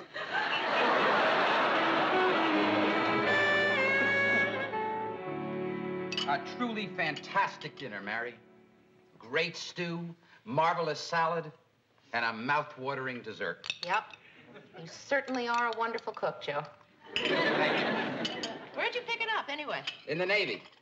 It was either that or disarming torpedoes. Joe, let's not do that now. I'll do it later. Come here. There's something I want to discuss with you. Okay, but before you do, I got a little gift for you. Oh, Joe, your fraternity pin. Yep. Why do I feel there should be a glee club singing? Thank you. It's really nice. That's terrific. Okay, you wanted to tell me something. Yeah. Right, there is something that I do want to discuss with you.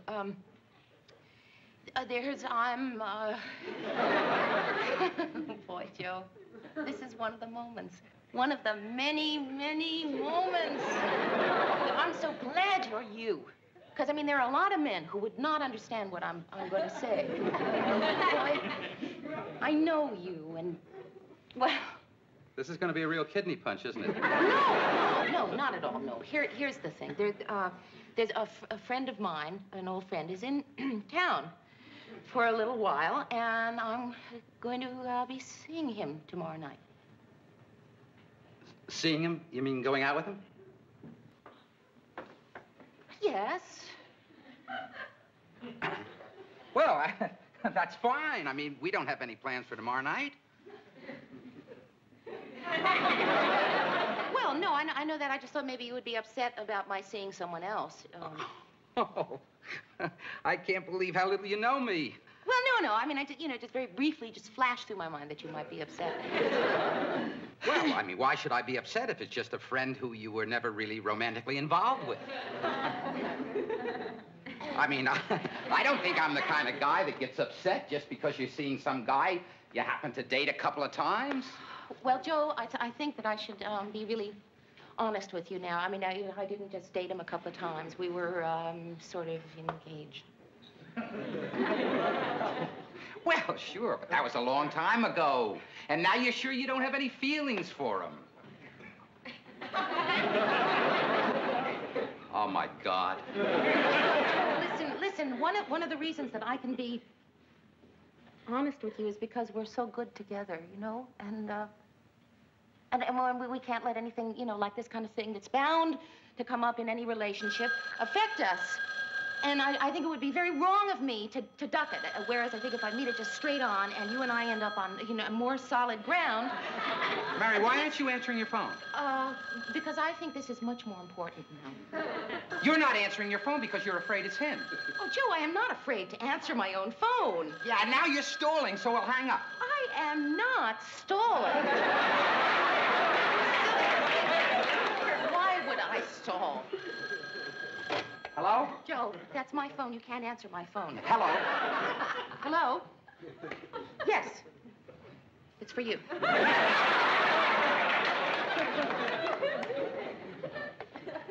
Hello? Oh, hi, Ted. What's up? Yes, as a matter of fact, I sure am free tomorrow night. Yeah, well, that's very thoughtful of you, buddy. Sure. Let's do that. My place. And bring Murray and Lou. We'll play some poker or something. Thanks for calling, Ted. Bye-bye.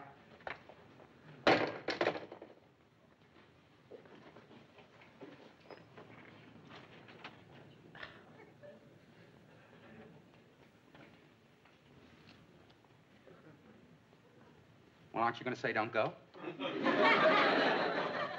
Well, I'm not sure what's best for you right now. Yeah, well, I mean, you can at least say don't go to a person. I mean, can't you give me that much? Don't go. I've got to. I can't believe what you're doing. I mean, you are really overreacting. Well, Mary, didn't you go crazy when you found out I was seeing somebody else? That was different. How is it different? I don't know. Well, I do. Because you think that since I'm a man, I wouldn't be as hurt by these things as you are. Oh, well, let's be honest, Joe. You're not going to cry your eyes out all night like I did. No. Now, I'll be doing the male version of crying. Do you want to know what that is?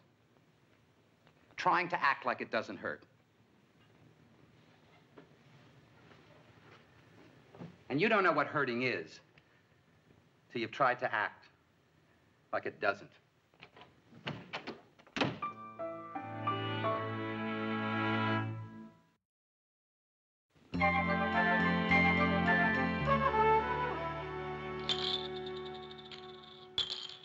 Three kings.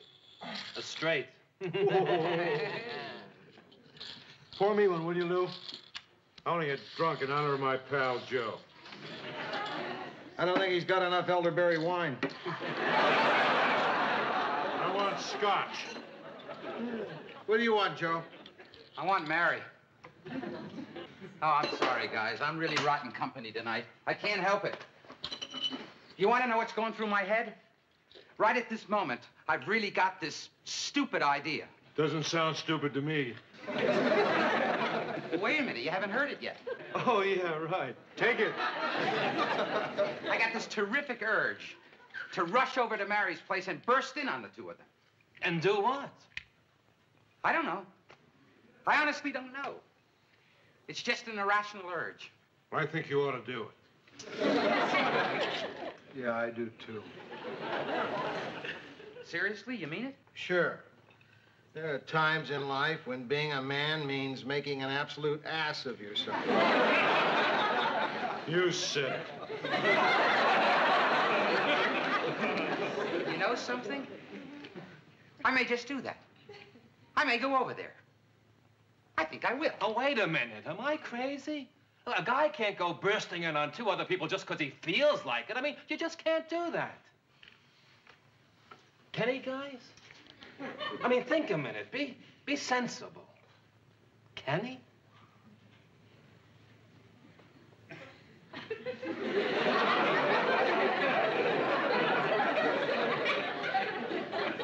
Sure can. Damn right. I know.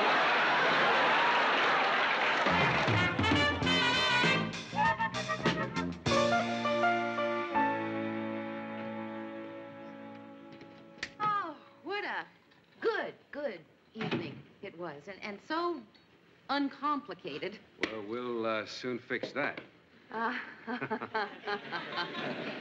Mary, I can't believe that we're finally here. I never thought we'd make it. Not make it to my apartment? Why? Well, you kept us at the dance until every living soul had left. You gave the cab driver the wrong directions, and it took you 17 minutes to find the key to an unlocked door. Well, again, you make it sound like I'm afraid to be alone with you, when actually I consider this just an average evening with a dear, good friend. Oh. Well, I don't know, Mary. Something just doesn't seem right. Oh? Like what? Well, I don't know. Your voice, for one thing. The way you talk to me. There's just a faint note of formality in it, I guess. Why, Dan, whatever do you mean? Okay. Maybe it's me or the way we're dressed or something, but I feel slightly ill at ease with you. And that's pretty ironic when you consider that in the old days, we couldn't wait to get back to your apartment so we Yes, could... yes, I know what you mean. I mean, Mary, don't you ever think of those days when we used to... Well, Dan, you know, one thinks of so many things during the course of a day. Especially that New Year's Eve when you told me... Yes, I do. I remember that. I remember that. Yes. I don't know, maybe I should ask you more about this guy, Joe. Well, I don't know what to tell you. Joe is fun to be with. That's enough. I don't like him already. So, here's to us. Yes, to you and to me. That's us. You and me is us. No, I know that. Yeah, okay. Oh, Dan. I know you too well to be acting this way. Let me tell you what's on my mind. All right, Mary, just realized what I'm doing is ridiculous and very immature. I'm sorry. Please forgive me.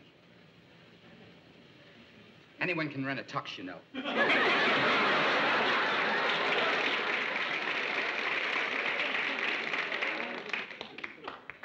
That was Joe. Oh. Well, he is fun to be with. But I got a little bored with him toward the end.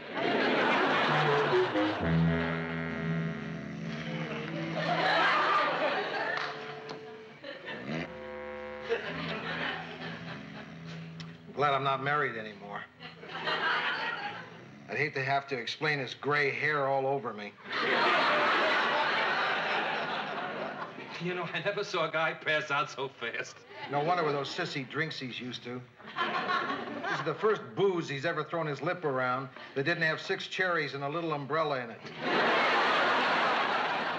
Come on, Ted. Come on. Wake up. Hey, Joe, congratulate me. I'm smashed. Why should I congratulate you? It's the first time. Yeah. In drinker's terms, tonight he lost his olive.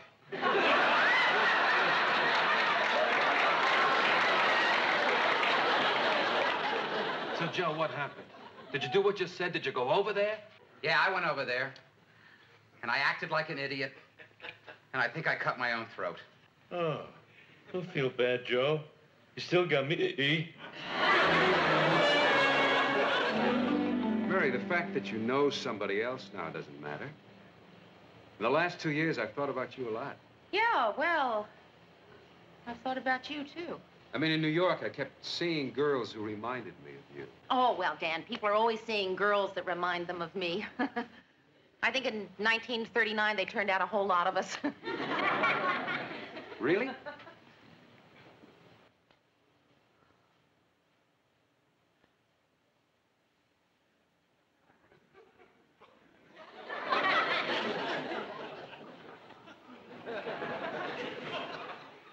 Mary, you're wonderful. Dan, you're hugging a real jerk. What? I have no business doing this. I have no business being here. Mary, you live here. Right, yes, I know. I mean, I have no business in this situation. Some women handle this kind of thing beautifully. What situation? The more than one man situation. I mean, some women are terrific at that, and then there are others who make fools of themselves, and I have a pretty good idea which category I fall into. Well, I thought that was the point of this evening, to find out how you felt. Yeah, it was, and I think I did. You mean when I kissed you, you didn't like that? Oh, no, I liked that. Quite a lot.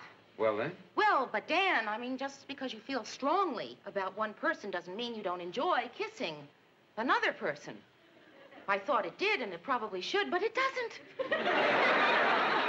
I know, that's the point, Mary. Look, you need some time to think this over. There's no rush. I'll tell you what. Why don't we see each other again in a week or so? No, I don't think so. Why not? I don't know, Dan. I wish I could give you a reason. I mean, we're both adults. You're not married. I'm not married. I like you. I don't know. I don't feel comfortable not being with Joe. Well, frankly, I don't think that's a very good reason. Okay. Then I'll give you another more important reason. What's that? I'm pinned.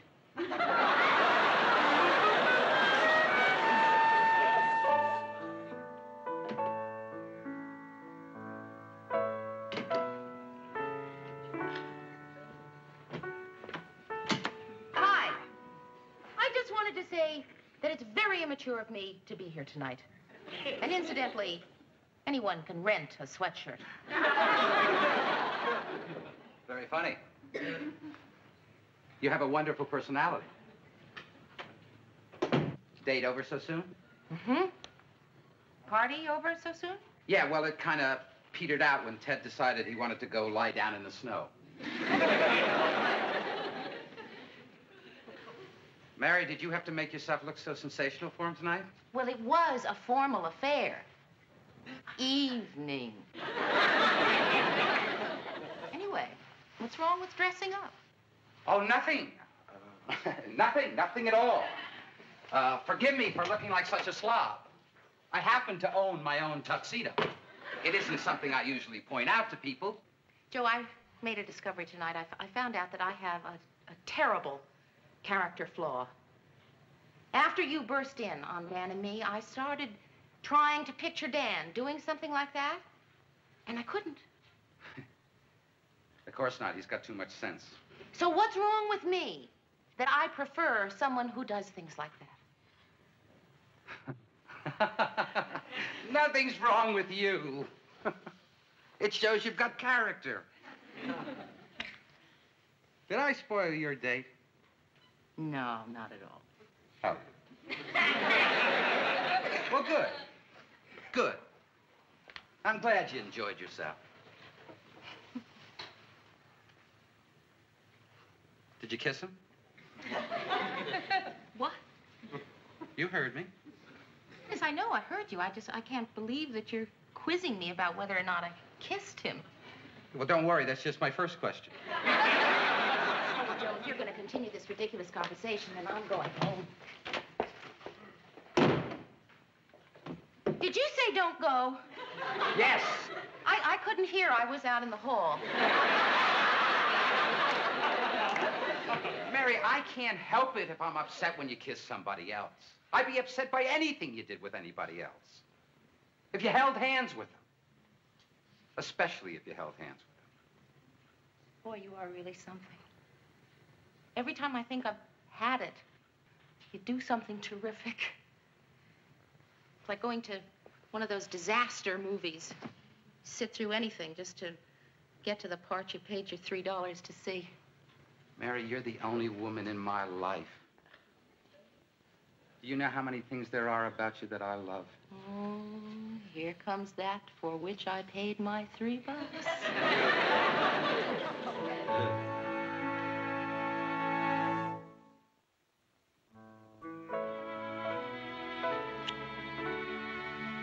Well, goodbye, Mary. Goodbye. Thanks for not making a scene. Joe, you're only going to be gone 2 weeks. How can I make a scene? Bye. Who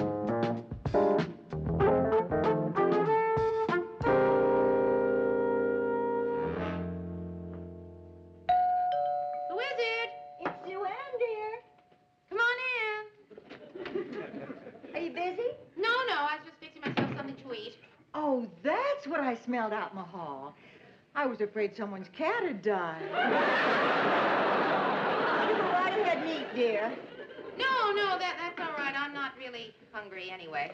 What can I do for you? Mary, I have a problem. Harry Adams, the producer of my show, quit without notice. Why'd you leave?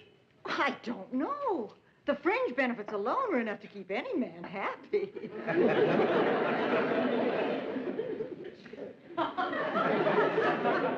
But I wouldn't worry about it, Sue Ann. I think you'll manage to find a new producer. After all, last year you managed to come up with 7 of them. Mary, don't you know why I'm here? I've come to give you your big chance. My big chance.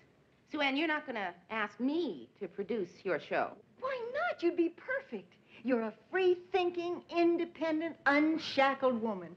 Exactly the kind of person to jump when I whistle. Well, I'm very, very flattered, Sue Ann, but I already am a producer. Oh, are you really? Oh, Mary. As long as you was in charge of that newsroom, you'll never really be a producer. Sue Ann, I am the producer.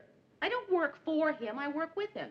And I think I can safely say that we are just about equals, Mr. Grant and I. Lou and I. Anyway, my leaving the newsroom is out of the question. Dear, I am offering you what every creative, artistic person needs. 100 clams more a week. But thanks, Sue Ann, but I really couldn't consider leaving. Mary, do yourself a favor. Sleep on it. I don't have to. I really don't. My mind's already made up. Are you sure? I mean, think what it would mean to do my show every week instead of working in that newsroom. No more deadline pressure. I'm sure. No more puny little salary. I'm really sure. No more long hours. No, really, positive. No more Ted Baxter. Okay, I'll sleep on it.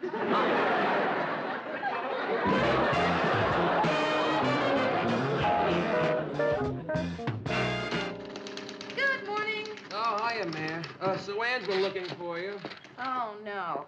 I got bad news for her. Well, what is it? Did they decide not to build the Marine base outside of town? Mary, I've got to talk to you. I've got a fantastic idea on how to increase our ratings. All right, Ted, what is it this time? Well, instead of doing the news the way I do every night with just the cameraman watching, I'll do it in front of a live audience. Pretty exciting, huh? Well, Ted, I really don't see the value in having a live audience. I knew you were going to say that, Mary, so I'm prepared to show you how wrong you are. I'm going to prove to you that it's more exciting doing the news with a live audience. Okay, you guys ready? Yeah. And now, repeating today's headlines.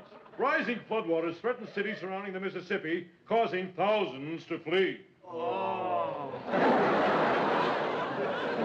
Miss Mary Strickler gave birth to quadruplets, 4 beautiful, bouncing baby girls. Finally, in Oakland, California today, a man explained to police that he shot himself in the foot to take his mind off his toothache. And that's it for the evening. This is Ted Baxter saying good night and good news.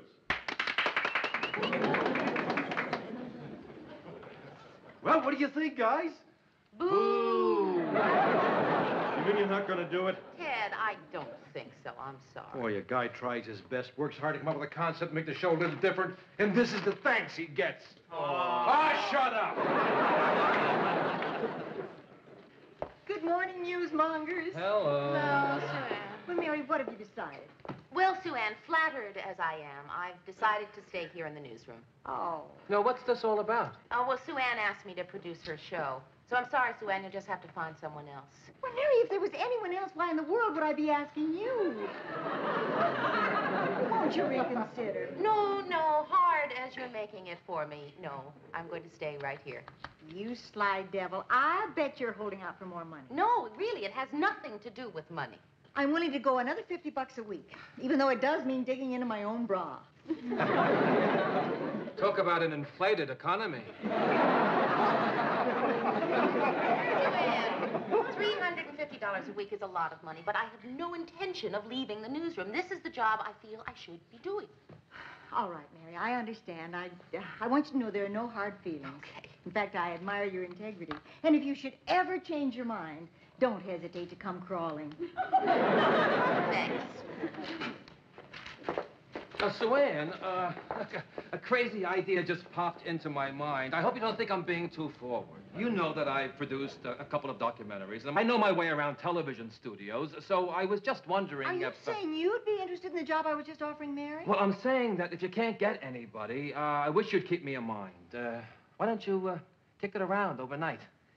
I have other things I kick around overnight. Murray, I make quick decisions. Besides, I'm desperate. The job is yours. And just like that? Well, that's great, Sue Ann. Well, look, when would you want me to start? I need someone right away. Okay. Well, look, I better go in and talk to Lou. I'm sure we can work something out.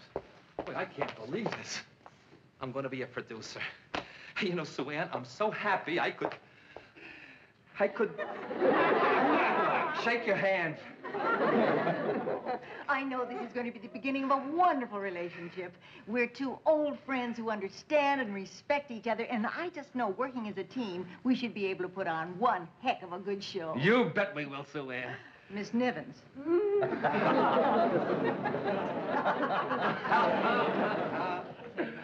Oh, Mary, hey, guess what? I'm going to be a producer. Isn't that terrific? I'm going to work with Sue Ann. Sue Ann? Yeah, isn't that fantastic? Well, yeah, Murray, that's really great, but, Sue Ann is... Oh, Mary, I know what you're thinking, but Sue Ann's nothing like that. I mean, deep inside, there is a warm, sensitive, understanding, compassionate human being. Huh. Besides, for $350 a week, I'd work for the Flying Melendez.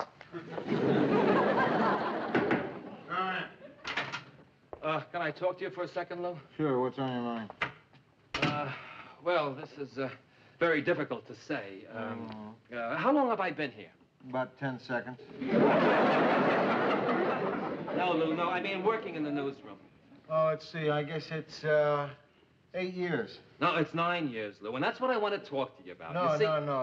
You're wrong. It's 8 years. I remember exactly, because the day when you started to work here was my daughter's Sweet 16 party. Oh, yeah, it was a Sweet 16 party, Lou, but it was 9 years ago. See, and that's what I want to talk to you about. No, it can't be. She's only 24. No, she's got to be 25. Let's settle this right now. Oh, Lou, it's not important. Yes, it is, Murray. I don't know how old my own daughter is. Hello, honey. How old are you? 87. Oh, yeah. Listen, I'm sorry, Lee. I dialed the wrong number. I'm really sorry. But hang in there, you hear?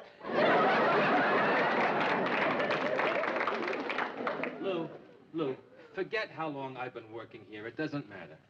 I was just trying to find a nice way of telling you what I have to tell you. What's that, Murray? Lou, I've got another job. I'm going to be a producer. Really? Yeah. Hey, that's terrific, Murray. Congratulations. Thanks, Lou. Murray Slaughter, producer of the news. Yeah, well, it's not a news show, Lou. Sports documentaries? What? Sue Ann. What? Sue Ann Nivens, a happy homemaker. What? Oh, Lou, I know it's not the greatest job in the world, but it pays more than I'll ever make as a news writer. And Lou, I need the money. Look, I understand. You don't have to explain to me. Thanks, Lou, thanks. Yeah, and you want to know something else? I think you're going to make a darn good producer, a darn good one. Sue Ann, huh? Yeah. She wants me to start as soon as possible, so I thought that I could do both jobs, until you find my replacement. We'll never replace you. You what made this operation tick. But don't worry, we'll manage. Come on. Let's drink to your new job. The Murray Slaughter, the producer. Da-dum, da-dum. Suhan?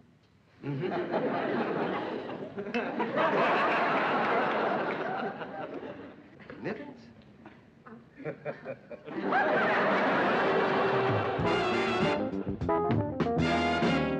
And we managed to get an on-the-spot report of the raid of that porno theater downtown, which we can use in the news tonight.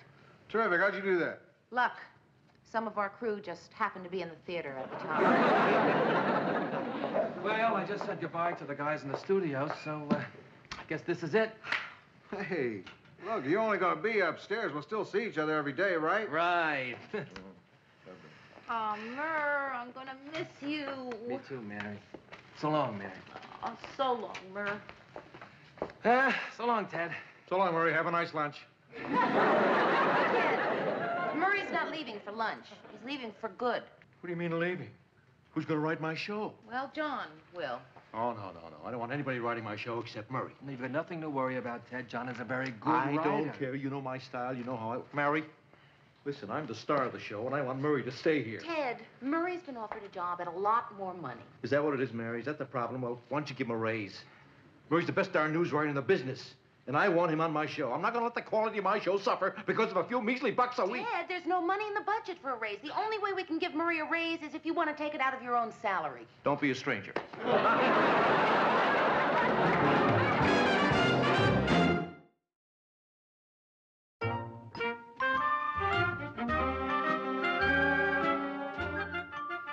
And so, until tomorrow, this is your happy homemaker reminding you that a woman who does a good job in the kitchen is sure to reap her rewards in other parts of the house.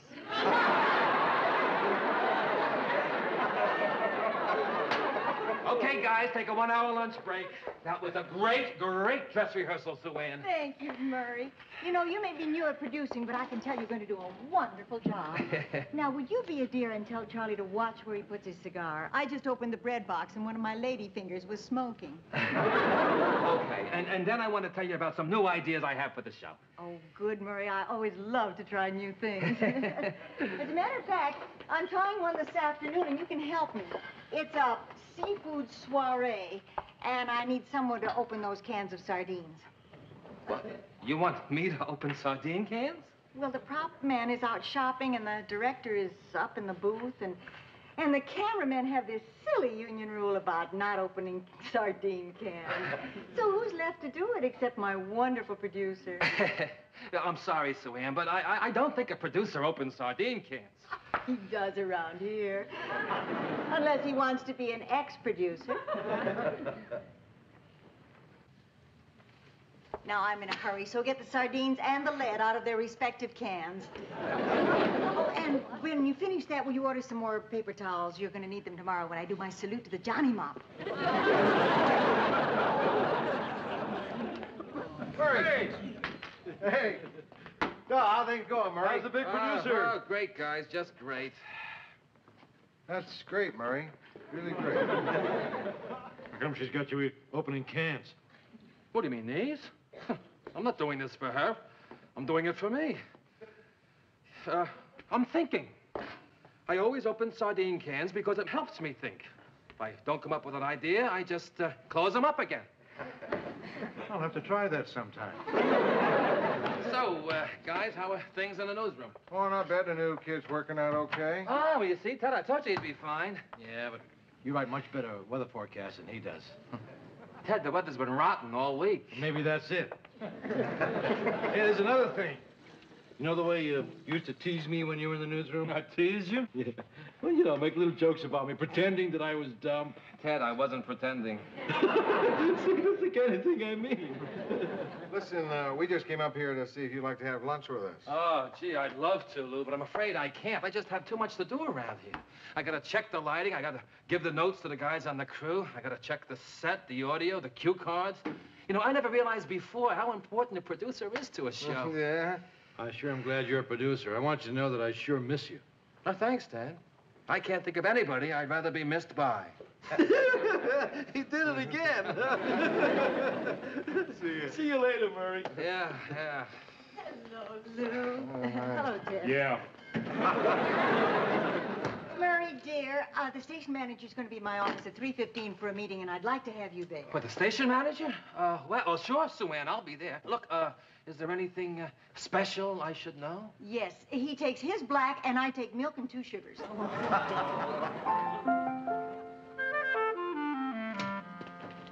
Oh, boy. Oh, boy, oh, boy. What? I have just been watching a man being destroyed. Is it too late to send a film crew? Mr. Grant, I am serious. I was just visiting Murray down on Sue Ann's set. You cannot believe the way she is treating him. She's got him scrubbing the stove, washing dishes, scouring pots. Now she's got him cutting paper doilies out for her fat wedding show. For what? Oh, she's doing a special on weddings for the weight conscious. What kind of wedding is that? I don't know. I guess instead of throwing rice, they throw cottage cheese. The point is, Mr. Grant, she's treating him like a flunky. Isn't there something you could do? Could you talk to him?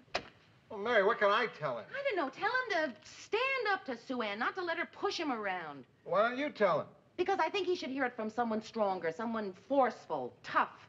Why don't you get Sue Ann to tell him? Look, Murray's a grown man. He made a decision. He knows what he's doing. If he wants his job back here, he can have it. But beyond that, I'm not getting involved. But, Mr. Grant, Marie is so unhappy. Mary, I am not getting involved. Come in.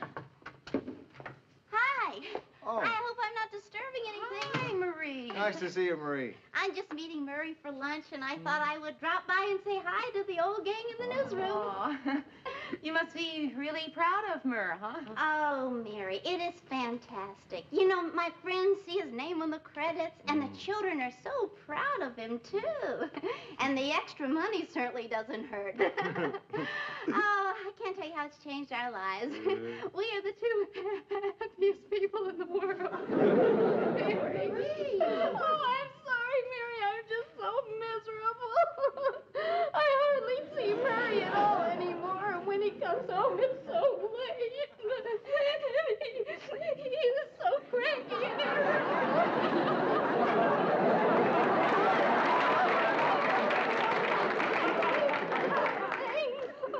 he's a nervous wreck, and he's making me one. Oh, Mary, I don't know what I'm going to do.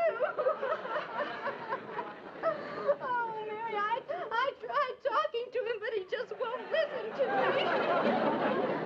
I told him that what he's going through just isn't worth.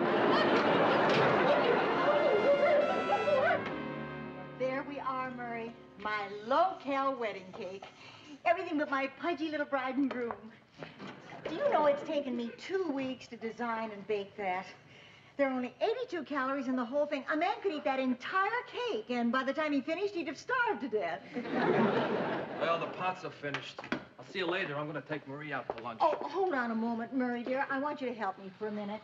I have to put the finishing touches to my stylishly stout bridal gown.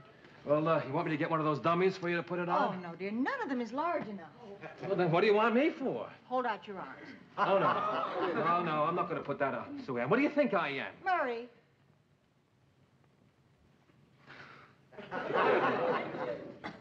There we are. You know,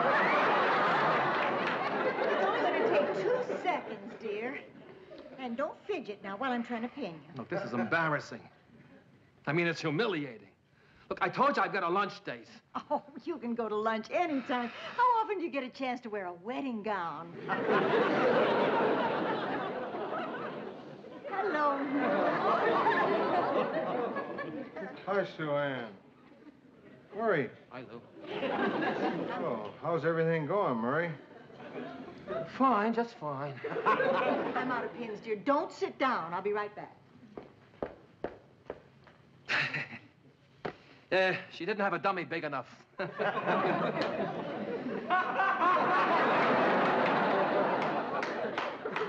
Maybe she did. Murray, how can you do this to yourself? You can't let Sue Ann just walk all over Oh, you. yes, I can, Lou. For $350 a week, you bet I can. But it's eating you up inside. It's gonna make you crazy. You keep holding your feelings in like this, and it's just gonna explode one day. You gotta stand up to her. Say what's on your mind. Be a man. Oh. Oh, is that what you think, Lou? You think I'm not being a man? Well, let me tell you something, Lou. There's a lot more to being a man than all that macho stuff. I got a wife. And I got kids. And doing my best for them is a big part of what makes me a man. So don't tell me I'm not acting like any man, Lou.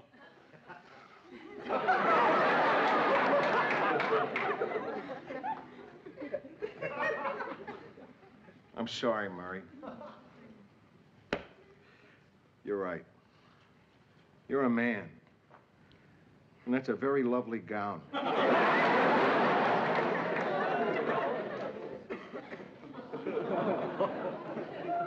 Gee, I didn't even know you guys were engaged.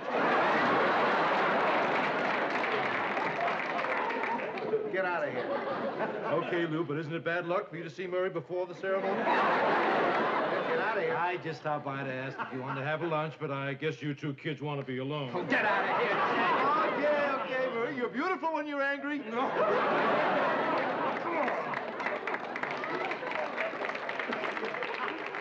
Look what it's come to. You got Ted making jokes about you now. Mr. Grant, oh, my God. Mr. Grant, did you talk to him? Yes, I talked to him, but he won't listen to me. Did you tell him he can't go on like this? Yes, I told Did him. you tell him he's got to stand up to Sue Ann? Yes, he told me. Will you stay out of this? Did you tell him Marie came to the newsroom and was crying? No, I didn't have the heart to tell him that. Why don't you tell him that? I can't. Marie was crying in the newsroom? Yes. I'm gonna talk to Sue Ann. Murray, I've got the pins, but I want to see how the veil looks. Oh, no. No veil, Sue Ann. A producer does not wear a veil. Murray, don't use that tone on me. I mean, if you have something you wish to say to me, let's act like civilized people and simply sit down and discuss it.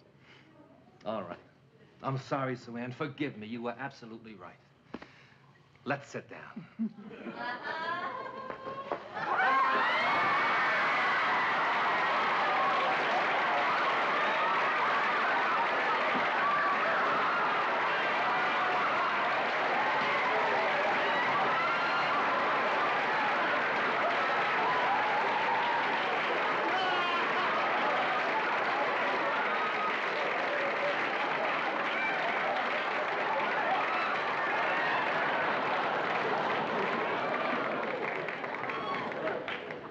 Now, if you will excuse me, I've got a luncheon date with my wife.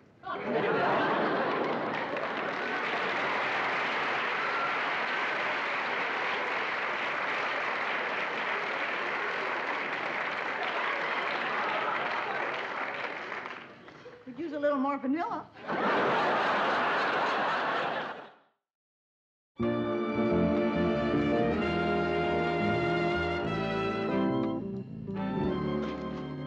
Hello, Mary. Hello, Murray. Hi, Sue Ann.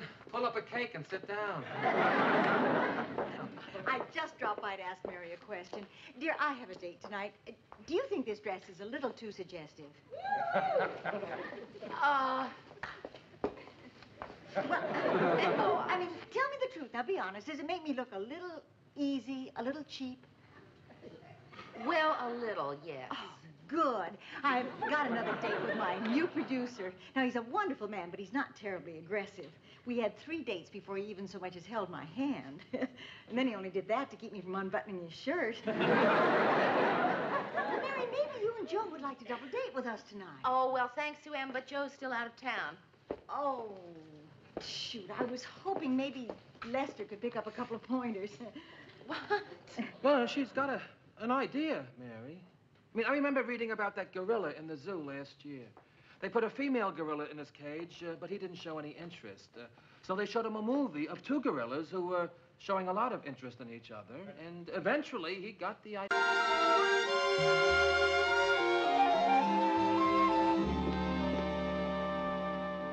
How's this for a feature story, Mayor? we do a segment exposing the shameful lack of originality on television today. Murray, they did that last week on Channel 6. So what? Hello, muckrakers. Mary, I just dropped by, dear, to tell you to be sure to stop in my studio this week. I'm devoting all my shows to you poor, unfortunate single girls.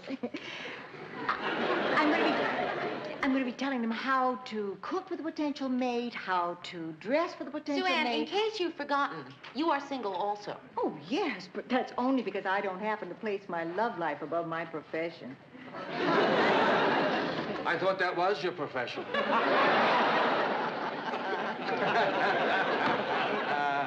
Oh, Murray, witty Murray. Jokes fall from your lips almost as fast as hair falls from your head. No, do be sure to stop by, Mary. Today's show is called Why Date a Dud When You Could Grab a Stud? Okay, I've got it. I know, and I want it.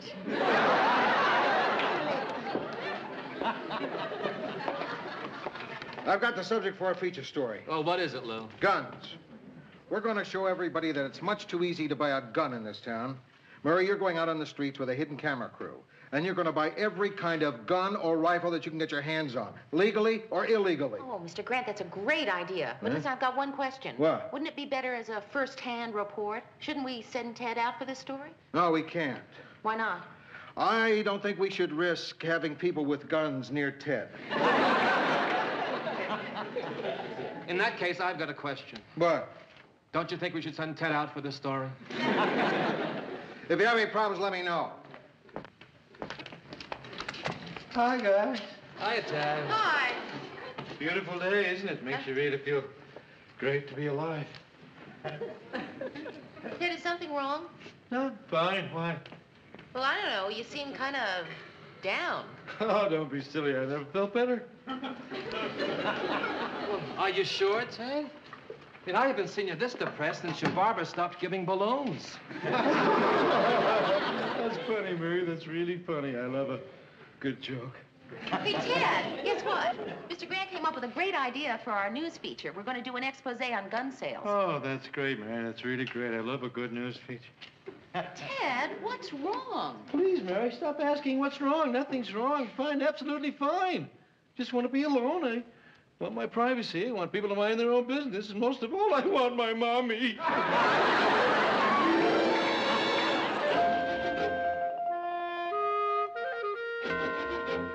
Georgette. Hi, what a nice surprise. How long were you waiting on the hall? Not long, just until you came home. Oh, did you want to talk to me about something? Uh-huh. It's Ted. Mary, I'm thinking of leaving him. Georgette, you don't mean that. Yes, I do. I even told him so this morning. Oh, well, no wonder he was so upset today. Georgette, why?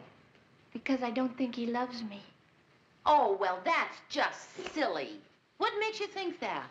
I wish I could tell you, Mary, but it's just not the kind of thing you can discuss. Well, Georgette, I want to help you. I really do. But how can I help you if I don't know what it is? I mean, you're going to have to be open. I can't. Well, Georgette, look, you obviously do want to discuss this. Otherwise, you wouldn't have waited outside my door for me to come home. Now, come on, what is it? It's our sex life. Maybe you're right. Maybe it's the kind of thing you can talk about, you know. I don't know what it is, Mary. Everything was fine until we got married. I mean, after all, some things you can discuss and some things you can't. Then all of a sudden, he became very cold. There are just some things that are better left unsaid. Lately, he's been sleeping out on the couch every night. The only time he comes to bed now is when he has a headache. Mary, I've tried everything.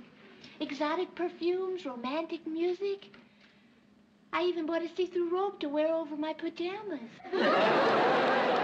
Bridget, I really think the person you should be talking to about this is Ted. I tried, Mary. He swears he still loves me. Says that it's just a stage he's going through. Well, there you are. Mary, that was 3 months ago, and it's only getting worse. I don't know what to do. Georgette, I don't really have much experience with this kind of thing. I mean, I wish I could advise you, but I think you should talk to someone who knows more about these matters. Maybe Ted needs help. What kind of help? Professional help. Maybe he should see a psychiatrist.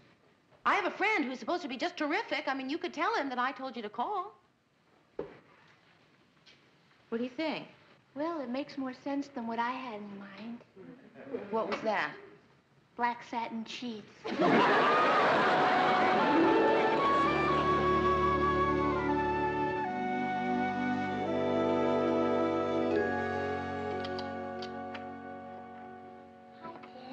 Hi, Georgette. Are you okay? Yeah. Did you have dinner? Well, I ate at my mother's. Did you have a nice time? Well, yeah, usual. We had dinner and we watched television, then I helped her blue her hair. Did you tell her about us? No. I was afraid I might break the poor woman's heart. You didn't mention anything? Well, I started to, but I couldn't finish. She wanted to watch the hockey game. Ted, what's happening to us? Nothing's happening to us. Try to understand, Georgette. I mean, just because I prefer to sleep on the couch at night doesn't mean I don't love you. But we're married. Well, so is Thomas Edison. He slept on the couch, too. He was the Wizard of Menlo Park. What has that got to do with us? Who knows? Maybe I'm on the brink of a great invention. Yes? Do you really love me? Georgette, I love you as no man has ever loved another woman. I know.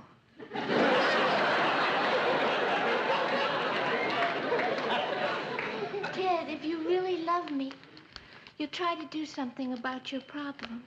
Problem? Who's got a problem? You do, Ted. And I think you could use some help, honey. What kind of help? Professional help. I think maybe you should see a psychiatrist. A psychiatrist? Oh, no, I'm not letting anybody fool around with my brain. It's taking me too long to get it the way it is. Ted, for your own sake. Georgette, I'm not going to a psychiatrist. I already made an I don't appointment. care, I'm not going.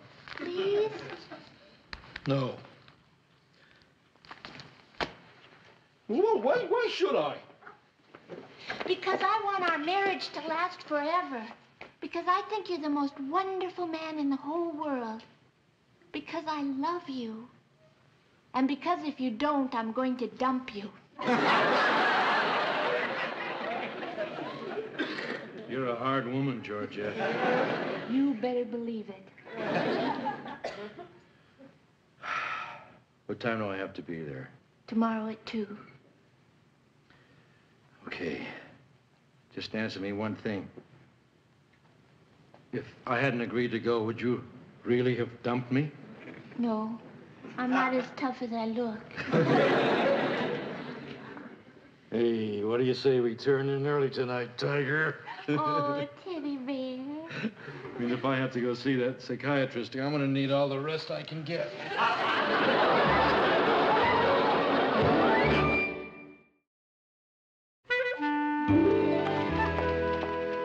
Mary, are you busy? Yes, I am. Very. Good. This'll only take a minute. Sue Ann. Tomorrow, my helpful hint for the single girl is what turns a man on. Of course, I know lots of ideas how to get a man interested myself, but I thought you might know a couple we could actually talk about on the air. Sue Ann, look, I am really very busy, and I haven't the vaguest idea what turns a man on. Well, I realize that, dear. I just thought if I asked you, I might make your day. Hello, Ted. Yeah. Is Lou in yet? No, I'm sorry, it's not. Is there anything I can help you with? No, I just wanted to go someplace with me. Ted, could I ask you a question? What turns you on about a woman? You been talking to Georgette? No. Ted, Sue Ann is doing a show about the single woman, and she just wants to know what gets a man interested. Well, I think it's a terrible idea for a show, prying into things like that. There are certain things that should remain private. A guy's love life is one of them. As far as I'm concerned, there are two things that have no place on television: sex and violence. I never knew those were two different things. What's with him? I don't know. I think he was just embarrassed. Well, I don't know why he should be. I certainly wouldn't be embarrassed if someone wanted to know what turns me on about a man. I'm sure you wouldn't be. I would simply say it right out. I think a man should be virile and macho and just reeking with masculinity.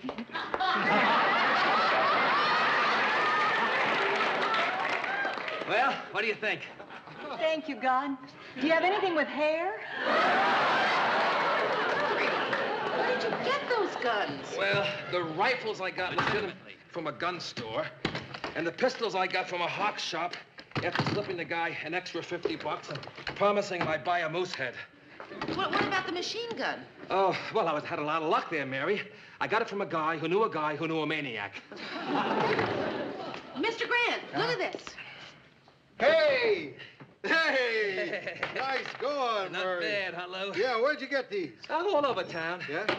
Well, did anybody ask you any questions? Yeah, one guy. Huh? See, I went into a sporting goods store, and I asked him if I could buy 10 rifles and 1,000 rounds of ammunition. Yeah? Then the clerk asked me what I wanted them for. What'd you tell him? Well, I told him I was going to start my own army so I could overthrow the government of the United States. Yeah, what'd he say? Well, then he asked me if I'd like to look at some uniforms.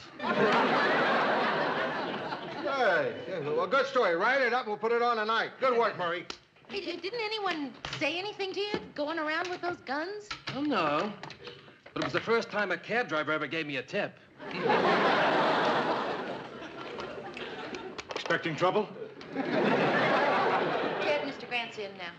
Oh, good. I've got to see him right away. Lou, I got to talk to you. Ted, I'm trying to work. You don't just barge in here without knocking. Sorry.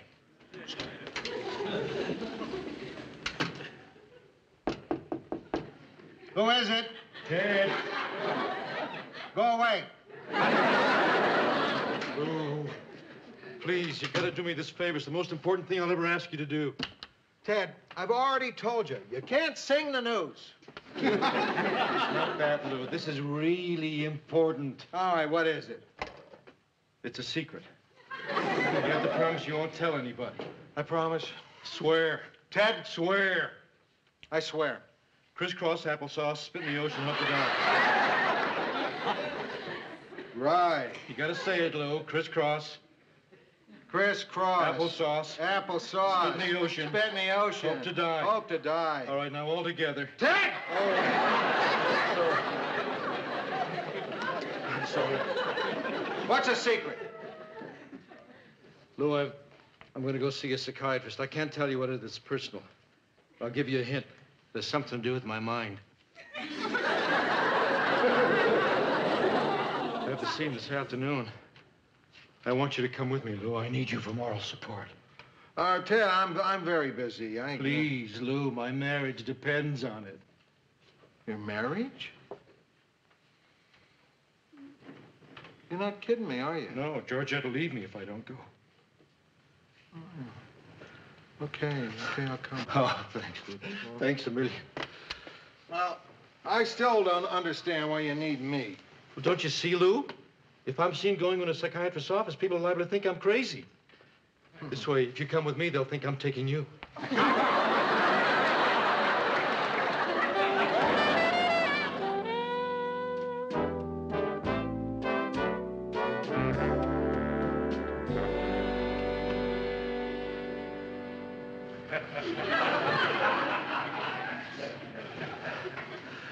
Lou, I don't want to go in there. What if the psychiatrist tells me I'm crazy? Relax, Ted, you're not crazy. I don't know how I can be sure about that. I've had some pretty strange dreams lately. Especially this one dream I keep getting all the time. Standing on the corner. Suddenly somebody taps me on my shoulder and I turn around and there's a kangaroo standing there. The kangaroo says, "Hello, what's your name?" And I say, "I'm Ted Baxter, the anchorman." The kangaroo says, "Well, you can't be Ted Baxter, the anchorman. I'm Ted Baxter, the anchorman." Then we start to argue, and the crowd gathers, some people, some kangaroos, and one duck. I never figured out what that duck was doing there. Anyway, finally, the kangaroo says I can prove who I am, and he reaches into his little pocket. You know, they have those little pockets. No. He pulls out this business card. You know what the business card says? What? It says Ted Baxter, Anchorman. So I reach into my pocket, and I pull out my card. And you know what that card says, Lou? What? Bucky the kangaroo. And everybody starts to laugh. The people, the kangaroos. Except that duck.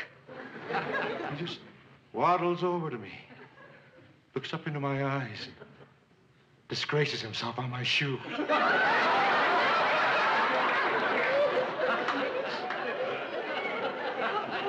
I've never told another living soul that dream, Lou. I only told you because I know I can trust you. Ted, you did the right thing. So did the duck. Look, everybody has crazy dreams. There's nothing to worry about. Pull yourself together.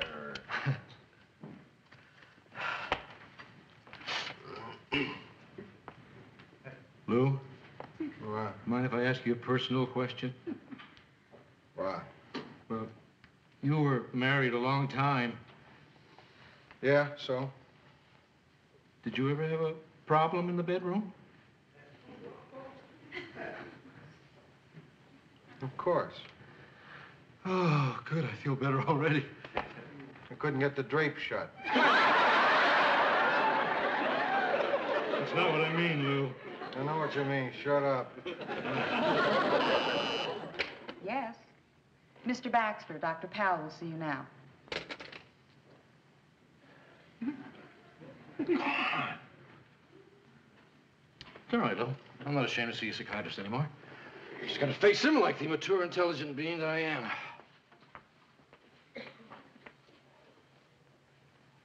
Don't worry, Lou. I'll see what the doctor can do about your bedwetting problem.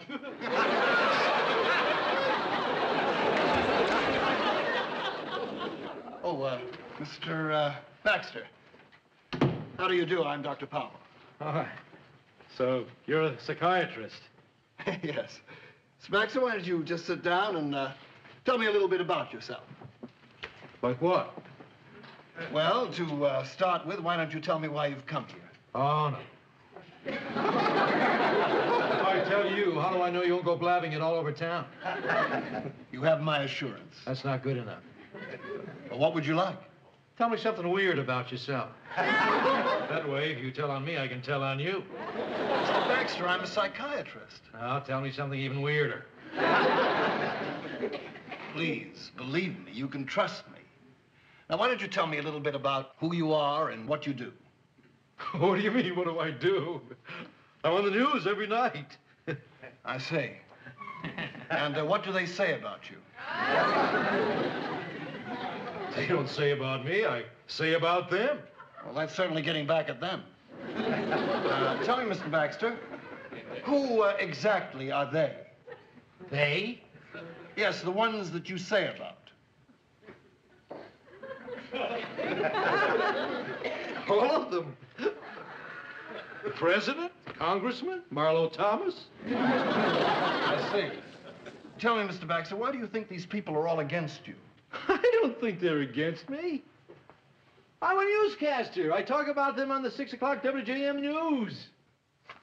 Of course. Ted Baxter. I've seen you.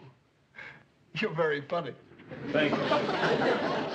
Well, before we go any further, I think there are some things you should know about analysis. One, it can be a very lengthy procedure, and two, it can be very expensive. How expensive? My fee is $75 an hour. $75 an hour? Yes. Look, Doctor, I'm a desperate man. I'm terribly unhappy. I'm putting myself in your hands. I'm begging you, please, to help me, help me, help me. Of course, Mr. Baxter. How? By lowering your damn fee.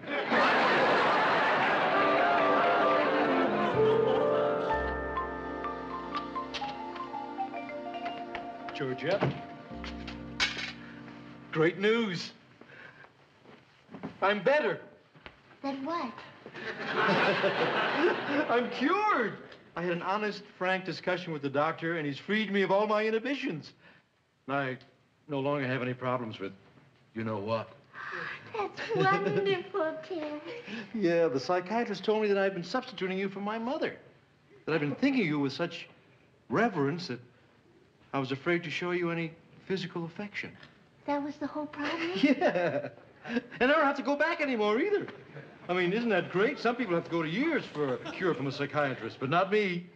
After only 3 visits, he said he never wanted to see me again. Oh, I'm so happy, Ted. What shall we do to celebrate? Well, now, you just leave that to me.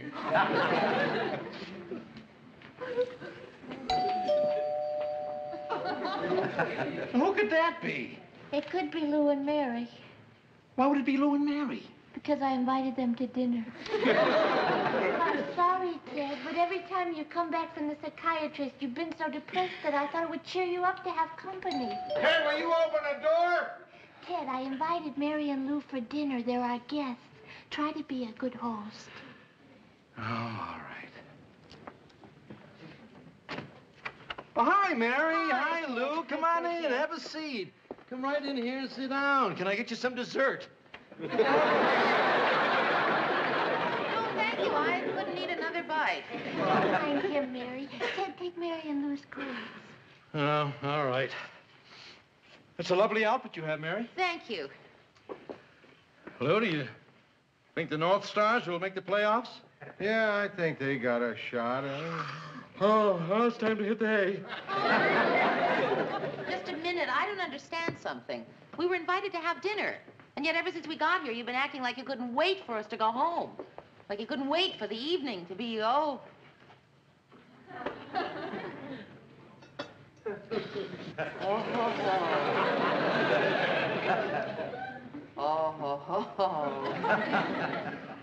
Mr. Grant, could I talk to you for just a minute, please?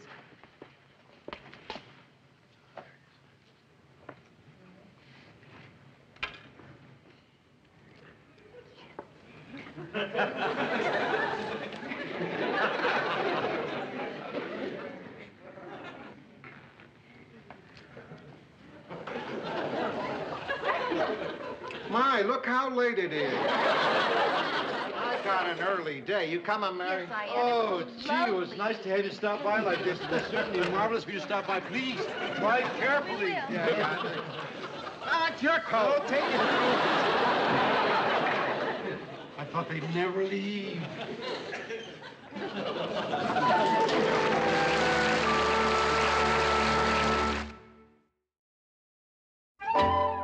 Oh, Mom. Ted. Listen, I just called us here to be gone for a couple of days. Oh, yeah, belated honeymoon. Of course I'm taking Georgette. Yeah, right, it would be cheaper. No, I couldn't do that. Besides, you'd probably find out. Mom, I'm going on a honeymoon. I'm taking my wife with me. Goodbye, Mom. I'll call you when I get back. Boy. Ted, look at the mail we got on that gun control show. Wow. Hey, what kind of reaction did I get? That's terrific. Really? Yeah. 117 people wrote letters threatening to shoot you. What? Oh, relax, Ted. That's only half as many as you usually get. Oh, good. Hi, Mary. Georgette, hi. I came by to pick up Ted. We're going on a belated honeymoon. Israeli আগ্রাসন বহু মায়ের বুক খালি করেছে। রেহাই পায়নি সদ্যজাত শিশুও। চলমান সহিংসতায় প্রায় অর্ধশত শিশুর ঠিকানা হয়েছে কবর। হাসপাতালগুলোর দৃশ্য আরো মর্মান্তিক। মৃত্যুর মিছিল দীর্ঘ হতে থাকায় স্বজনহারাদের আহাজারিতে ভারী হয়ে উঠেছে বাতাস। আর আহতদের মধ্যে মৃত্যুর সঙ্গে লড়াই করছেন যারা, তাদের আর কি বেরহম, নির্লজ্জ, বেহায়া। জালেমগুলো হাসপাতাল পর্যন্ত রেহাই দিচ্ছে না। কিছুই করার নাই গো কাকা। কিচ্ছু করার নাই? কি আর করার থাকবো কন? দুর্বলের মায়ের খাওয়াটাই নিয়তি। দুর্বলের পাশে কেউ থাকে না গো কাকা। হ্যাঁ ফজলে মিয়া, ভালোই বলছো তুমি। দেখো না সারা বিশ্ব কেমন একদম চুপচাপ নিশ্চুপ হয়ে আছে। সবই সার্থক কাকা, যে যার ধান্দায় আছে।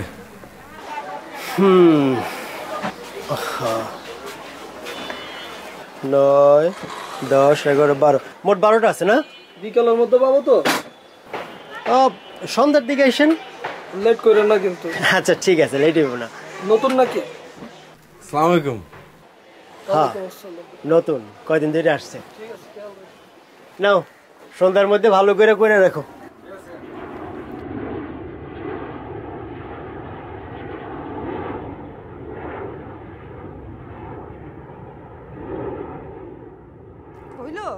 হ্যাঁ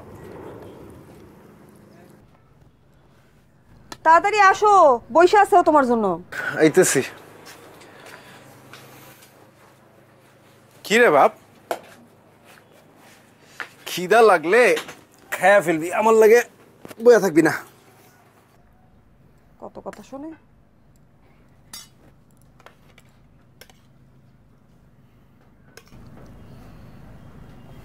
দেখি তোমার প্লেটটা দাও। শেষ। আরে ডিম ভাজি রে।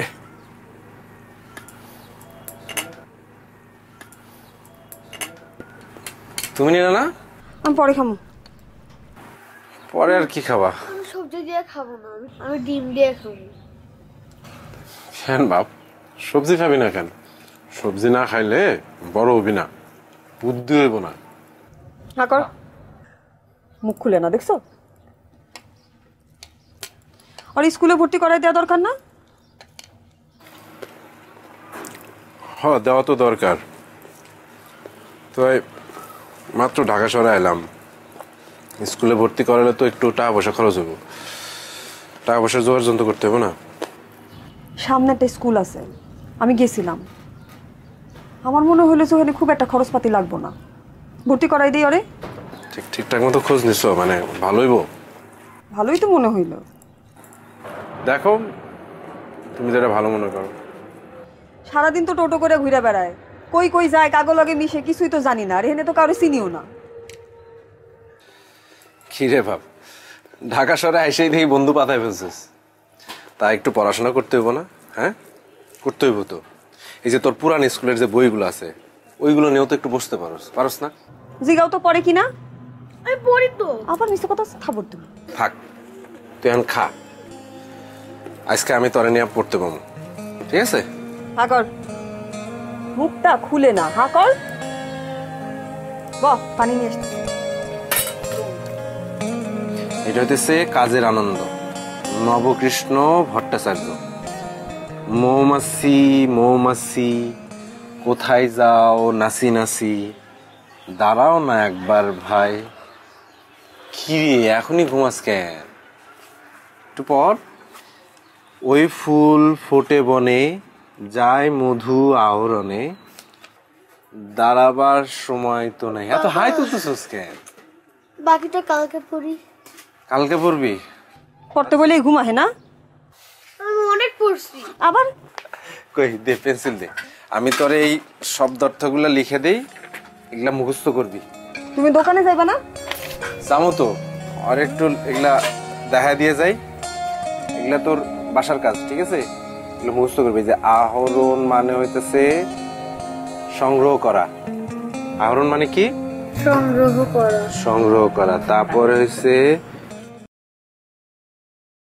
Các bạn chết đéo gì nhỉ? Thế này thì vẫn thua. Ai trời ơi.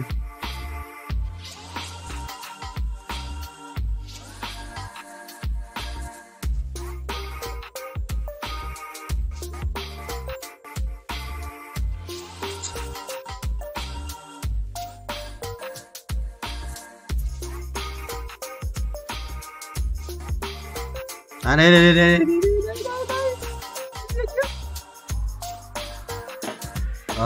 Đây từ trước này thì châu sẽ vài cái phút, sẽ vài cái phút.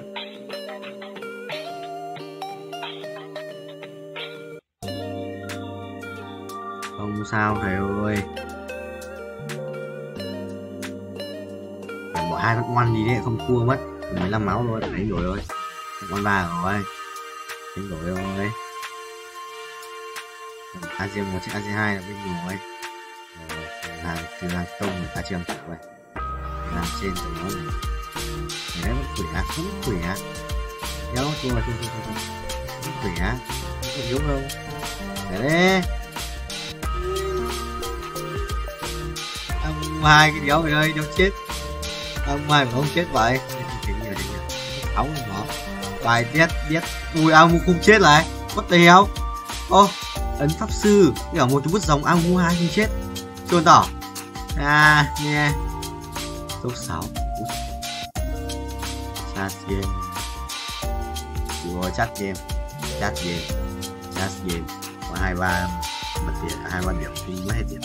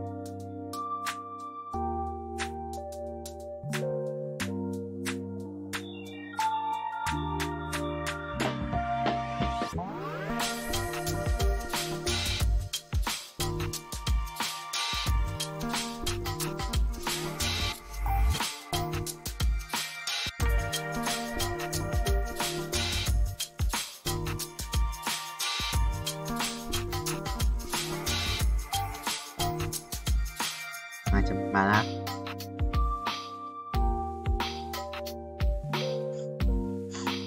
Từ nên đủ tiền lên ăn chơi nhỉ. Nếu sắp 2 lần nữa mà khoảng bao nhiêu? Khoảng là tầm. ও তুমি ডরাইছেন? ডরাবো কেন? মাগের এরকম আটকা মায়া মনে সামনে চলে আসলে তো একটু চিন্তা লাগেই। আর কালকে আবার তোমার মামার সাথে চ্যালেঞ্জ। বইলা এসো শেষবার মতো চুলদারি আশ্রয় আসতে। শুনেন, কালকের খেলায় আপনি হারবেন। বাবা, কনফিডেন্স দেখছো মেয়ে? যদি না হারছেন তাহলে কিন্তু বললাম এটা দিয়ে আমি আমার হাতে আপনার নাম লিখুন। মানে তো তখনই বুঝবেন যখন এটার দায় আপনার উপর পড়ব। সরেন। আরে ভাই, নাম লিখবা মানে? কি মুসিবতে বললাম। জিততে না পারে এখন 2 নাম্বারই।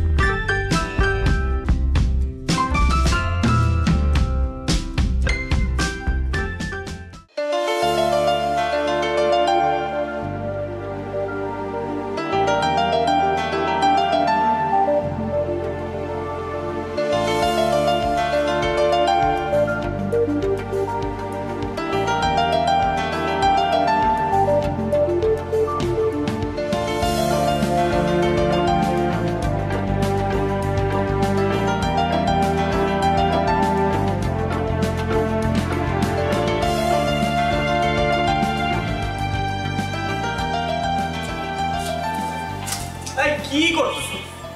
এটা কি করলি তুই মামা বলতো? শেষ পর্যন্ত ওই হাবলু মামার কাছে। সরি বলছি তো, মিস্টেক হয়েছে। আর এটা খেলা না, খেলাতে হার জিত থাকি।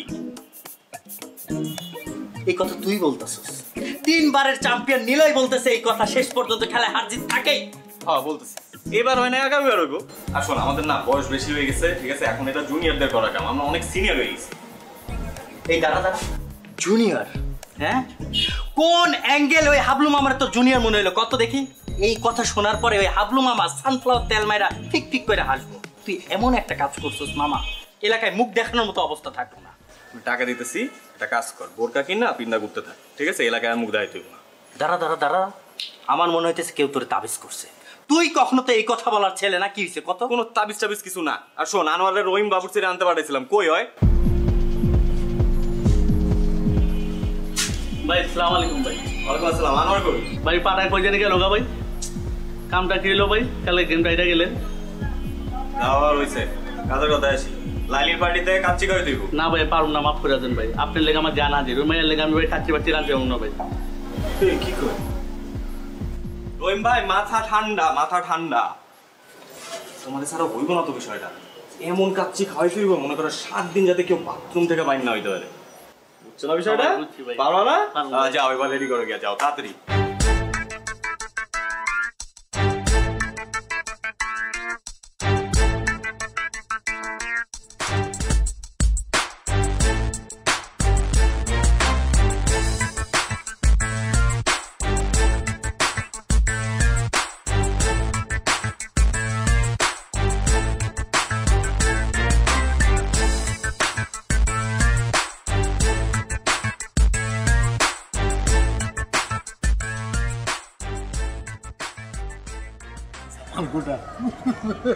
একটু বড় খবর হইব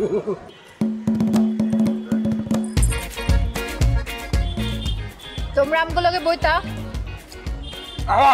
আরে আমরা তো খাবোই আগে আপ্যায়নটা করে নেই পুরান ঢাকার ট্রেডিশন তো আপ্যায়ন করা কি মামা এই তো দুধ লাইনে আইছো এরকম লাইনে থাকলে তো কোনো সমস্যা হইতো না খুব তো কইছিল খেলার কথা এখন বুঝছো খেলা কি এখন একদম ক্লিয়ার মামা আপনার একটু কাছে দিই আলু দেই আলু না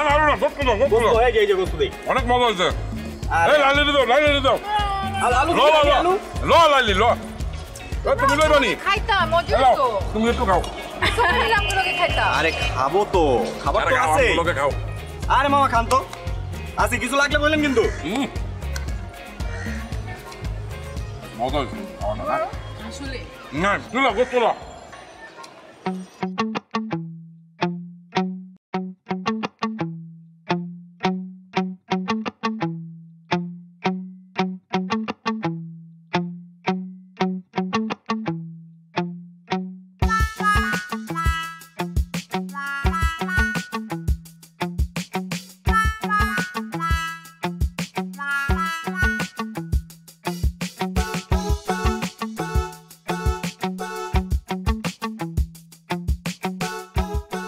এইবার লইয়া কয়বার হয়েছে ভাই 5 বার তোমার এত করে কইছি যে একটু কম কম খাও মাগনা খাওয়ান পাইলে হুদাই হামাম করে খাও দুলা ভাই আমি তো মাগনা খাওয়ান খাই ভাই আমরা তো বাজেতে জিতছি আর আমি তো পরিমাণ মতোই খাইছি বিশ্বাস করেন দুলা ভাই আমি নিশ্চিত ওরা খাওয়ানোর মধ্যে কিছু মিশাইছে লাইলিও তো পরিমাণ মতো খাইছে ওরা তো পেট নামছে শুনছি হ্যাঁ মানুষের খায় কাম নাই তোমার খাওয়ানোর লোকে কিছু মিলাইছে ভাই আপনি জানেন না ওরা অনেক ডেঞ্জারাস দুলা ভাই ওরা প্রত্যেকটা ধরে ধরে ফাঁসি দেওয়া উচিত দুলা ভাই আমি খালি একটু সোজা হয়ে দাঁড়াইলই তারপর দেখেন আমি রাজপথে নামবো আমি আন্দোলন করবো গো ফাঁসির লিগা যাও তুমি তোমার কামে যাও আমি তোমার লেগে কেড়ে বয়ে থাকো আপনি একটু বহান ভাই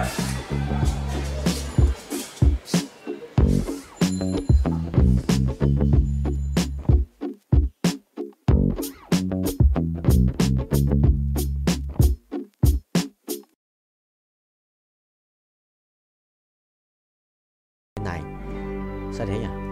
Sao thế ít ít nhỉ? Nổ bùm.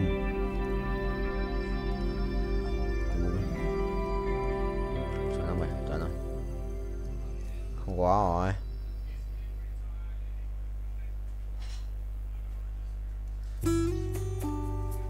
Rồi, cút. Xong, cút. Mèo mèo mèo mèo mèo mèo mèo. Cái gì đấy? Lò đắc bù làm mau vậy. Chuẩn không vậy. Thầy lái nha, thầy lái tốc độ cao xem con lái không. Từ từ, mày ấy hả? Xít được. So ride a car in high speed đấy.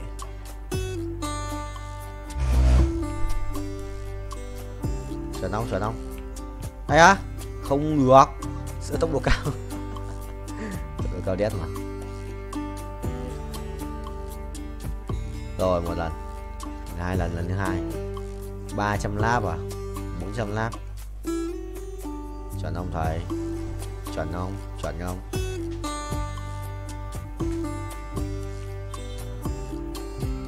Chuẩn không? Chuẩn không? Ui, tốc độ cao đấy. 378 lap chứ 400. Mày à, bắt đầu thua. Thua, mày khỏe đấy. 2299 á. Mày đấu sĩ á. Mình lắp vào mày méo ăn uống đầy đủ nhỉ? Thằng này được ăn uống đầy đủ. 2299 là phải không? Không.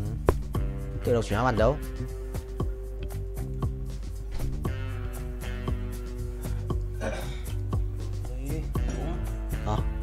Đúng đi em. Đúng.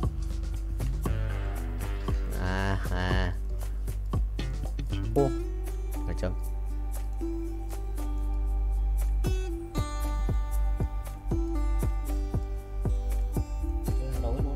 Đây em. Full rồi. Chuẩn bị ăn đi sang dưới.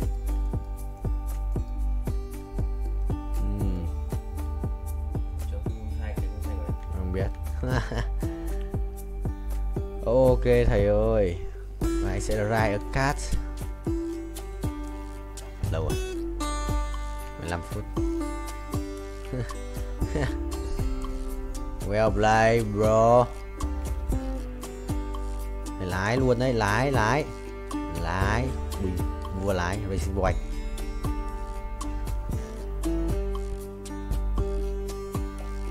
Nhốt luôn. Chết không? Ngồi đi. Đéo đi à? Vào, nó kèm rất siêu linh. Đéo đủ hoa lan là chết. Phải không? Cũng là khỏe rồi, ra. Đánh bài gì với cả Nautilus 2? 15 lakh টাকা পেয়ে গেলেন, এরপর কি করবেন? আমি নিজের নামে একটা রেস্টুরেন্ট ওপেন করতে চাই। এটা করতে পারবো? এটা করতে পারবো। 15 লক্ষ টাকায় রেস্টুরেন্ট হবে না তো? 8 বছর চাকরি করেছি মানবাধিকার সংস্থায়। চাকরি চলাকালীন আমি কোনো কিছু শিখতেও পারছিলাম না, এই বিষয়টা নিয়ে আগাতেও পারছিলাম না। সেজন্য আমি চাকরি ছেড়েছি, এটাতে আগাবো বলে।